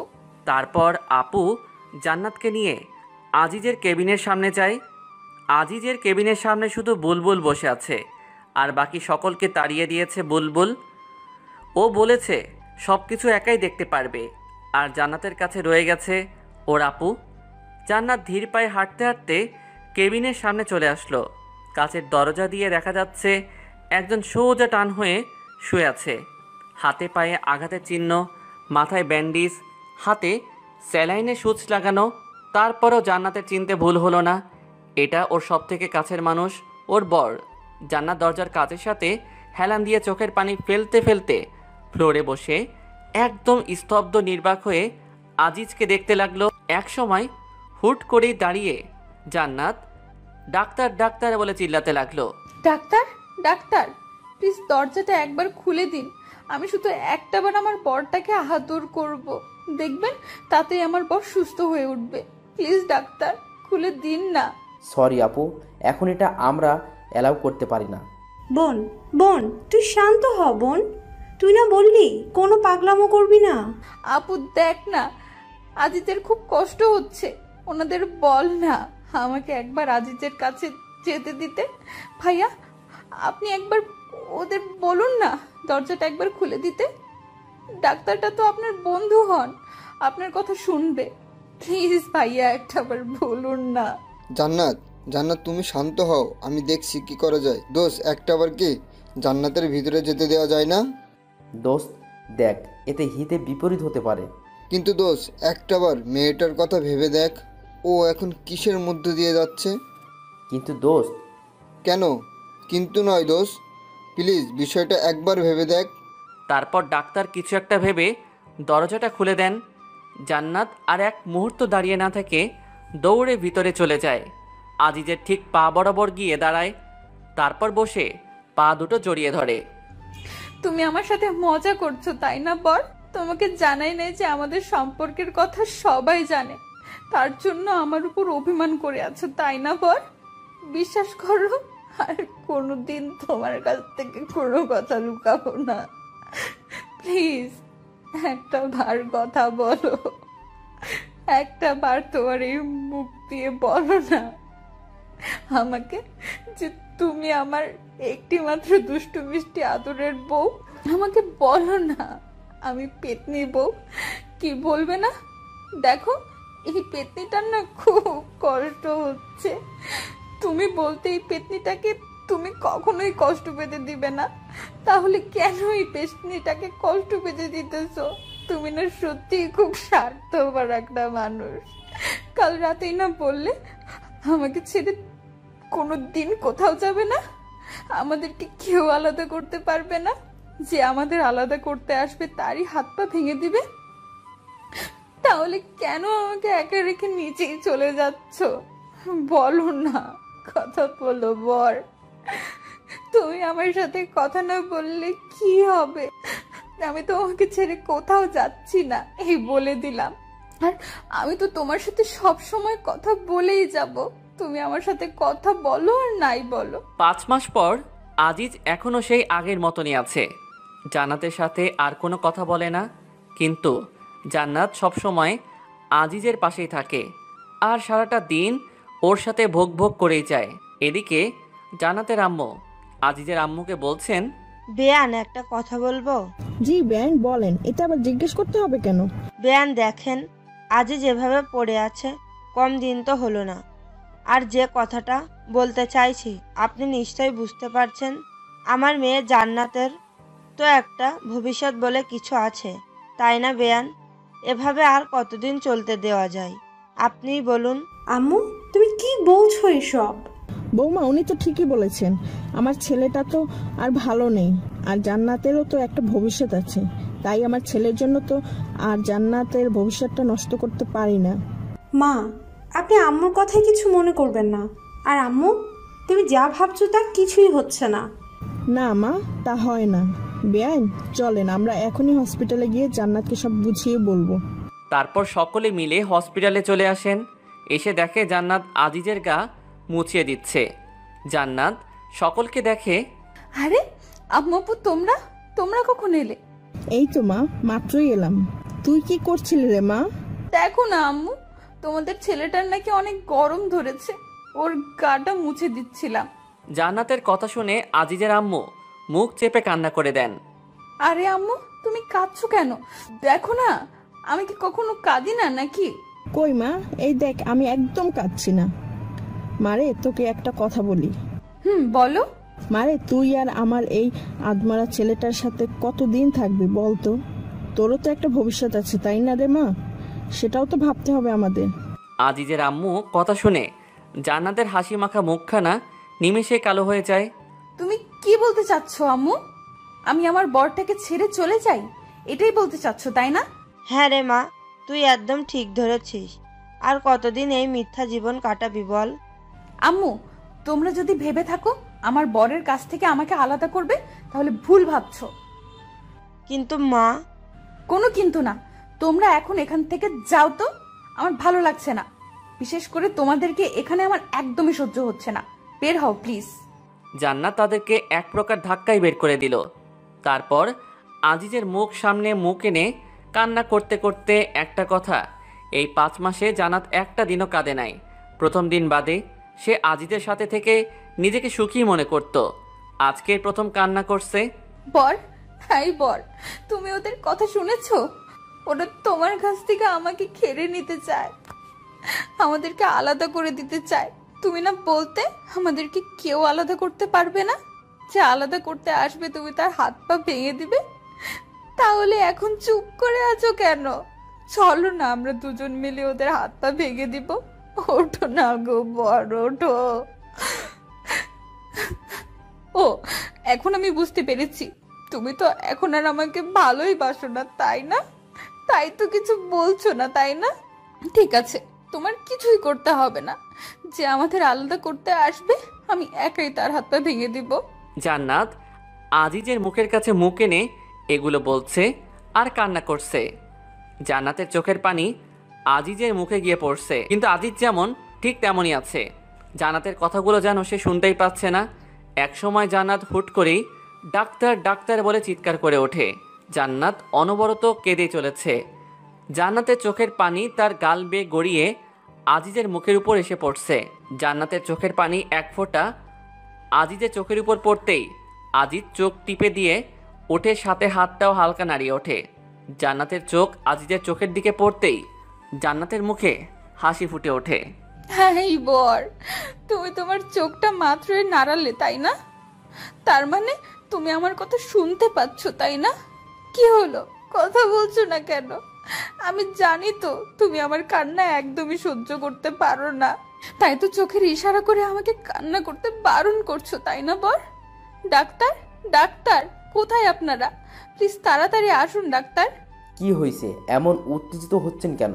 দেখুন না, আমার বরটা একবার চোখ নাড়ানোর পরে আর নড়ছে না। আপনি প্লিজ উত্তেজিত হবেন না, আমাদের দেখতে দিন। How is possible? মানে তুই কি বলতে চাচ্ছিস? ক্লিয়ার করে বলতো দোস্ত। দ্যাটস মিরাক্কেল দোস্ত। আজিজের নার্ভে ধীরে ধীরে সজাগ হয়ে উঠছে দোস্ত। আমরা এর থেকে এখন ভালো কিছু আশা করতে পারি। মিসেস জান্নাত, আপনি যদি চান তাহলে আজকেই আমরা একটা রিস্ক নিতে চাই। ইনশাল্লাহ এতে কাজে দিতে পারে। জান্নাতের মুখের ভাষা যেন হারিয়ে ফেলেছে। কি বলবে কিছুই ভেবে পাচ্ছে না। ধীরে ধীরে জান্নাত ফ্লোরে বসে পড়ে। অতি সুখে আর অতি দুঃখে এই দুই সময়ে যেন মুখের ভাষা হারিয়ে যায়। জান্নাতেরও তাই হয়েছে, তবে এটা দুঃখের জন্য না, এটা অতি সুখের জন্য। 2 ঘন্টা পরে আইসিইউ এর দরজার সামনে ফ্লোরে বসে মুচকি মুচকি হাসছে জান্নাত। তার আজিজের সাথে যে দিন প্রথম দেখা হয় সেই দিনের কথা মনে হতেই জান্নাতের হাসি পাচ্ছে বারবার। সেদিন ছিল 21শে জুলাই। নাবিলার জান্নাতের বেস্ট ফ্রেন্ড বুলবুলের বোনের জন্মদিন। একটা ছেলে হ্যাবলার মতো জান্নাতের দিকে তাকিয়েছিল। জান্নাতের দিকে ওভাবে তাকিয়ে থাকা দেখতেই জান্নাত ছেলেটির সামনে গিয়ে, এই ছেলে, সমস্যা কি আপনার? জি, আমাকে বলছেন? আপনাকে নয়তো এখানে আর কে আছে শুনি? আমার দিকে এমন হ্যাপলার মতো তাকিয়ে আছেন কেন? আমি কখন আপনার দিকে তাকালাম? আজিজের এমন চেহারা দেখে জান্নাতের হাসি পেয়ে গেল। একটা কিউট ছেলে ভয় পেয়ে গেলে যে তাকে আরও কতটা কিউট লাগে তা জান্নাত আজিজকে না দেখলে যেন বুঝতেই পারতো না। তারপরও জান্নাত হাসি লুকিয়ে মুখে আবারও রাগী ভাবে এনে আজিজকে বলল, দেখুন, একদম মিথ্যা বলার চেষ্টা করবেন না। এত সময় ধরে আমার দিকে তাকিয়ে থেকে এখন বলছেন তাকাইনি? আপনি ছেলেটা খুবই ফাজিল। সরি। ও, এখন ধরা পড়ে গেছেন এজন্য সরি বলা হচ্ছে না? মেয়েদের দিকে হ্যাবলার মতো তাকিয়ে থাকতে লজ্জা করে না? আমি আপনার দিকে মোটেও ওভাবে তাকিয়েছিলাম না, আর তারপরেও সরি তো বললাম। তার মানে আপনি বলতে চাচ্ছেন আমি মিথ্যা বলছি? আর সরি বললেই কি সব সমস্যার সমাধান হয়ে যায় নাকি? দেখুন মিস, আপনি কিন্তু এমনি এমনি ঝগড়া করছেন আমার সাথে। কি বললেন আপনি? আমি ঝগড়ুটে?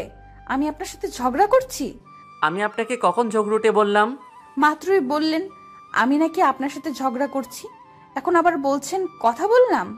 ধুর, আপনার সাথে কথা বলাটাই ভুল। বলেই রাখতে রাখতে সেখান থেকে অন্য জায়গায় চলে যায় আজিজ। আর এদিকে জান্নাত হাসতে হাসতে যেন শেষ। কি ভিতর ছেলে রে বাবা, একটুতেই কেমন ভয় পেয়ে গেল। কিন্তু কথা বলতে ছেলেটা ভয় পেলে অনেক কিউট লাগে, একদম যেন কিউটের ডিব্বা। এরকম একটা কিউট ছেলেকেই তো খুঁজছিলাম এতদিন। এমন একটা কিউট বিএফ যদি আমার থাকতো, উফ, ভাবতেই কেমন কেমন লাগে। এখন যাই, ছেলেটাকে নাবিলার কাছ থেকে শুনে আসি। কি ঝগড়ুটে মেয়ে রে বাবা, একটু নাই তার দিকে তাকিয়েছিলাম, তাই বলে কি এভাবে পায়ে পাড়া দিয়ে ঝগড়া করবে নাকি? আমার জন্য সব মেয়েরা পাগল, আর এর দিকে তাকাতেই বাপরে বাপ। ভাগ্য ভালো এমন কোনো গার্লফ্রেন্ড আমার নেই, থাকলে তো জীবনটা তেনা তেনা বানিয়ে ছাড়তো। তবে গার্লফ্রেন্ড হলেও মন্দ হতো না, cause she is very cute girl. দোস্ত এদিকে একটু শোন তো। বল। দোস্ত ওই ছেলেটা কে রে? কোন ছেলেটাকে? ওই যে বুলবুল ভাইয়ের সাথে দাঁড়িয়ে দাঁড়িয়ে কথা বলছে সেই ছেলেটা। ও, ওইটা তো আজিজ ভাইয়া, ভাইয়ার বেস্ট ফ্রেন্ড। কেন রে, প্রেমে টেমে পড়ে গেলে নাকি আজিজ ভাইয়ার? ধুর, কিছু বলিস না। ছেলেটা আমার দিকে কেমন ড্যাব ড্যাব করে তাকিয়েছিল, তাই বললাম। কি, আজিজ ভাইয়া তাকিয়েছিল তোর দিকে? আমার বিশ্বাস হয় না। ভাইয়াকে দেখে পছন্দ হয়ে গেছে, আর এখন আমার কাছে এসে ঢপ মারছিস, তাই না? তুই কি বলতে চাচ্ছিস? আমি দেখতে সুন্দরী না? আমার দিকে ছেলেটা তাকায় না, তাই তো?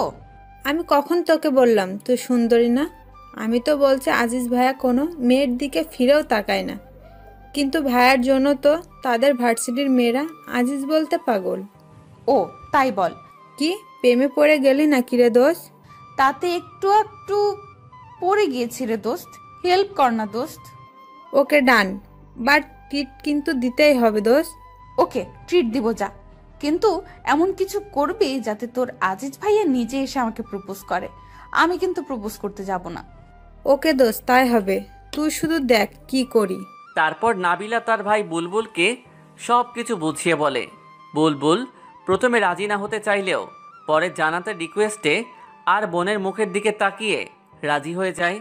তারপর বুলবুল আজিজকে কি যেন বলে, সব ম্যানেজ করে নেয়, কিন্তু তা আর জান্নাত ও নাবিলাকে কিছু বলে না। আর সেই দিনেই আজিজ জান্নাতকে প্রপোজ করে। কি রোমান্টিকভাবেই না প্রপোজ করেছিল সেদিন আজিজ জান্নাতকে। জান্নাত, এই জান্নাত, এত কি ভাবছিস বোন? হাসছিস কেন? আরে আপু, তুমি কখন এলে? আজিজের অপারেশন কি হয়ে গেছে? না, এখনো হয় নাই রে বোন, অপারেশন চলছে। তবে আল্লাহর উপর ভরসা রাখ, এইবার তিনি আমাদের উপর মুখ তুলে তাকাবেন রে বোন, ইনশাআল্লাহ। আপু। কিছু সময় পরে ডাক্তার আইসিইউ থেকে বেরিয়ে আসলেন। ডাক্তারকে দেখে সবাই তার সামনে এসে দাঁড়ালেন। বাবা, আমার ছেলেটা ঠিক হয়ে গেছে, তাই না? দোষ আজিজ। স্যার আমার বর, ডাক্তার আমার বর। সরি, আমরা কিছু করতে পারলাম না, এই কথাটা এবার বলবো না। আলহামদুলিল্লাহ, অপারেশন সাকসেসফুল। মিস্টার আজিজ এখন সম্পূর্ণ সুস্থ আছেন। ডাক্তারের কথা শুনে সবার চোখ দিয়ে পানি বের হয়ে আসলো। তবে এটা কোনো দুঃখের পানি না, এটা হলো আনন্দের পানি। আমি আমার বরকে দেখবো ডাক্তার সাহেব, প্লিজ। অবশ্যই, কেন না। তবে ওনাকে এখন ঘুমের মেডিসিন দিয়ে ঘুম পাড়িয়ে রাখা হয়েছে, সো এখন ওনাকে বিরক্ত না করাই আমার মনে হয় ভালো হবে। ধন্যবাদ ডাক্তার। জান্নাত কথাটা বলেই আজিজের কেবিনের দিকে এগোতে লাগলো। হঠাৎ জান্নাত মাথায় হাত দিয়ে পড়ে যেতে লাগলে আপু তাকে ধরে ফেলে। কি হলো তোর বোন, এমন করছিস কেন? আপু, আমার কেমন যেন মাথাটা ঘুরছে। বলেই জান্নাত জ্ঞান হারিয়ে ফেলে। সবাই আবার জান্নাতকে নিয়ে ব্যস্ত হয়ে পড়ে। হুট করে মেয়েটার আবার কি হয়ে গেল? জান্নাতকে একটা কেবিনে নিয়ে যাওয়া হয় এবং ডাক্তার জান্নাতকে ভালোভাবে দেখার পর, ডক্টর, আমার মেয়েটার আবার কি হলো? আন্টি, আপনার বৌমার মহা অসুখ হয়েছে। কি বলছো তুমি? কি বলিস দোষ, পাগল টাগল হয়ে গেলি নাকি তুই? না, আমি একদম ঠিক আছি। এখন তুই যা মিষ্টি আনার ব্যবস্থা কর। তোর কি মাথা ঠিক আছে দোষ? এই বলিস জান্নাতের মহা অসুখ, এখন আবার বলছিস মিষ্টি আনতে? কি বলিস? আমরা তো কিছুই বুঝতে পারতেছি না। সরি দোস্ত, তোদের সাথে মজা করলাম। আন্টি, আপনি দাদিমা হতে চলেছেন, মানে জান্নাত মা হতে চলেছে। ডাক্তারের কথায় সবাই একসঙ্গে বলে উঠল আলহামদুলিল্লাহ। সবাই অনেক খুশি। শালা এভাবে ভয় না দেখালেও পারতি, কতটা ভয় পেয়ে গেছিলাম। বাট ধন্যবাদ দোষ, একসাথে দুইটা খুশির সংবাদ দেওয়ার জন্য। বাবা, তোমাকে যে কিভাবে ধন্যবাদ দেব ভেবে পাচ্ছি না। প্রথমে আমার ছেলের সুস্থতার সংবাদ দিলে, এখন আবার আরেকটা, আমি দাদিমা হতে চলেছি। কি বলছেন আন্টি? এটা আমার কর্তব্য। তাছাড়া আমি আজিজকে নিজের ভাইয়ের মতোই দেখি, এতে ধন্যবাদ দেবার কি আছে? 6 ঘন্টা পরে আজিজ এখনও শুয়ে আছে। একবার জ্ঞান ফিরলেও তাকে আবারও ঘুমের ওষুধ দিয়ে ঘুম পাড়িয়ে রাখা হয়েছে। জান্নাত শুয়ে আছে আজিজের বুকের উপর মাথা রেখে। আজ জান্নাত যেন পৃথিবীর সবচেয়ে বেশি একজন সুখী। সে আজ একদম পরিপূর্ণ একটা নারী হিসেবে নিজেকে মনে করছে, কারণ সে আবারও তার স্বামীকে ফিরে পেয়েছে। তার সাথে সে মা হতে চলেছেন। জান্নাত আজিজের বুকের উপর শুয়ে থেকে একটা শব্দ শুনতে পেল, আউ। জান্নাত আজিজের দিকে তাকিয়ে দেখে আজিজ মনে হয় ব্যথা পেয়েছে। তাই জান্নাত যেই উঠতে যাবে তখনই আজিজ জান্নাতকে শক্ত করে জড়িয়ে ধরে। জান্নাত যেন এটা কখনোই আশা করে নাই। জান্নাত আজিজের দিকে তাকিয়ে দেখে আজিজ জান্নাতের দিকে ছলছল চোখে তাকিয়ে আছে। আমাকে ছেড়ে চলে যাচ্ছ? আজিজের কথা শুনে জান্নাত যেন নিজের কানকে বিশ্বাস করতে পারছে না। তার বর তার সাথে আবার কথা বলছে। জান্নাতের চোখ দিয়ে অনবরত পানি ঝরতে লাগলো। কি হলো বউ, আমার সাথে কথা বলবে না? ঠিক আছে, তুমি যখন আমার সাথে কথাই বলবে না, তাহলে আমি যেমন ছিলাম আবার তেমনই হয়ে যাব। এইবার মেয়েটাকে থামায় কে? আজিজের কথা শুনে জান্নাত আজিজকে শক্ত করে জড়িয়ে ধরে হাউমাউ করে কেঁদে দিল। আমাকে কষ্ট দিয়ে তুমি খুব মজা পাও, তাই না? তোমাকে এভাবে দেখে আমার এতদিন কতটা কষ্ট হয়েছে জানো তুমি? তবু আমি নিজের মনোবল হারাইনি। আমি জানতাম আমার বরটা একদিন ঠিকই সুস্থ হয়ে উঠবে। এই কয়েকদিনে একটা বারের জন্য তোমাকে আমার চোখের আড়াল করিনি। আর একবার আমাকে ছেড়ে যাবার কথা ভাবলে আমি নিজেই তোমার হাত পা ভেঙে দিব, এই বলে রাখলাম। আমার বউটা আমাকে এতটা ভালোবাসে? নিজের থেকেও বেশি। তোমার যদি কিছু হয়ে যেত তাহলে আমি নিজেই চলে যেতাম ওই না ফেরার দেশে। চুপ, একদম চুপ। আমার এই পেতনিটা থাকতে আমার কেউ কি কিছু করতে পারবে নাকি? আর আমি থাকতে আর আমার এই পেতনি বউটাকে কিছুই হতে দেব না রে। খুব বেশি যে ভালোবাসি আমার এই বউটাকে। হয়েছে হয়েছে, আর ন্যাকামি করতে হবে না। এতদিন আমাকে কষ্ট দিয়ে এখন আসছি এনে ভালোবাসা দেখাতে। ছাড়ো তো, আবার ব্যথা পাবে তুমি। না, পাবো না। আমি আমার বউটাকে কতদিন হলো আদর করি না, কিন্তু আদর ছাড়ছি না। কিছুক্ষণ চুপ থাকার পরে বর, উহ। আই বর। কি? আই বর, শোনো না। বউ, শুনেছি তো, বলো না। তুমি কি হতে চলেছো জানো? কি হতে চলেছি? তুমি বাবা হতে চলেছো আর আমি মা। কি? সত্যি বলছো তুমি? ধুর, মিথ্যা বলতে যাব কেন? আমি বাবা হব? আলহামদুলিল্লাহ। জান্নাত, তুমি আমাকে সব থেকে খুশি সংবাদ দিলে আজ। তো এখন আমার পাওনা আমাকে বুঝিয়ে দাও। কি চাও শুধু বলো। আপাতত এখন তোমার ঠোঁটটা হলেই হবে, আর বাকিগুলো পরে আমি নিজেই আদায় করে নিব। বাধা দিয়েছে কে? তোমার জিনিস তুমি বুঝে নাও। আমার জিনিস আমি নিবই তো। বলেই জান্নাত আমার ঠোঁটটা তার নিজের দখলে করে নিল। আমি যে একজন অসুস্থ ব্যক্তি সেই দিকে যেন জান্নাতের খেয়ালই নেই। সে নিজের মতো করে আমার ঠোঁটগুলো তার নরম কোমল ঠোঁট দিয়ে আদর করে যাচ্ছে। এ ভালোবাসা যেন শেষ হবারই নয়, অনেক দিনের জমানো তো, তাই একটু আর কি। ছাড়ার পরে উফ, আমি কিন্তু অসুস্থ। এতক্ষণ কেউ চুমু দেয় নাকি একটা অসুস্থ ব্যক্তিকে? ও সরি, রাগ করলে নাকি? আসো, আদর করে তোমার রাগটা ভাঙিয়ে দিই। বলে আবারও আমার ঠোঁটে তার ঠোঁটগুলো ডুবিয়ে দিল। মেয়েটার যেন চুমু খেয়ে তৃপ্তি হচ্ছেই না, আর মনেও হয় না আজ তার তৃপ্তি হবে বা আমাকে ছাড়বে। তাই আমিও জান্নাতের তালে তাল মিলিয়ে দিলাম। এখন আমরা এক অজানা সুখের সাগরে ভেসে চলেছি। তাই আপনাদের আর আমরা কষ্ট দিলাম না। কেমন? পুরো গল্পটা কেমন হয়েছে জানি না, তারপরও আপনারা আমাকে অনেক উৎগিয়েছেন, তার জন্য সকলকে ধন্যবাদ। আর পুরো গল্পটা কেমন হয়েছে প্লিজ কষ্ট করে জানাবেন। ধন্যবাদ।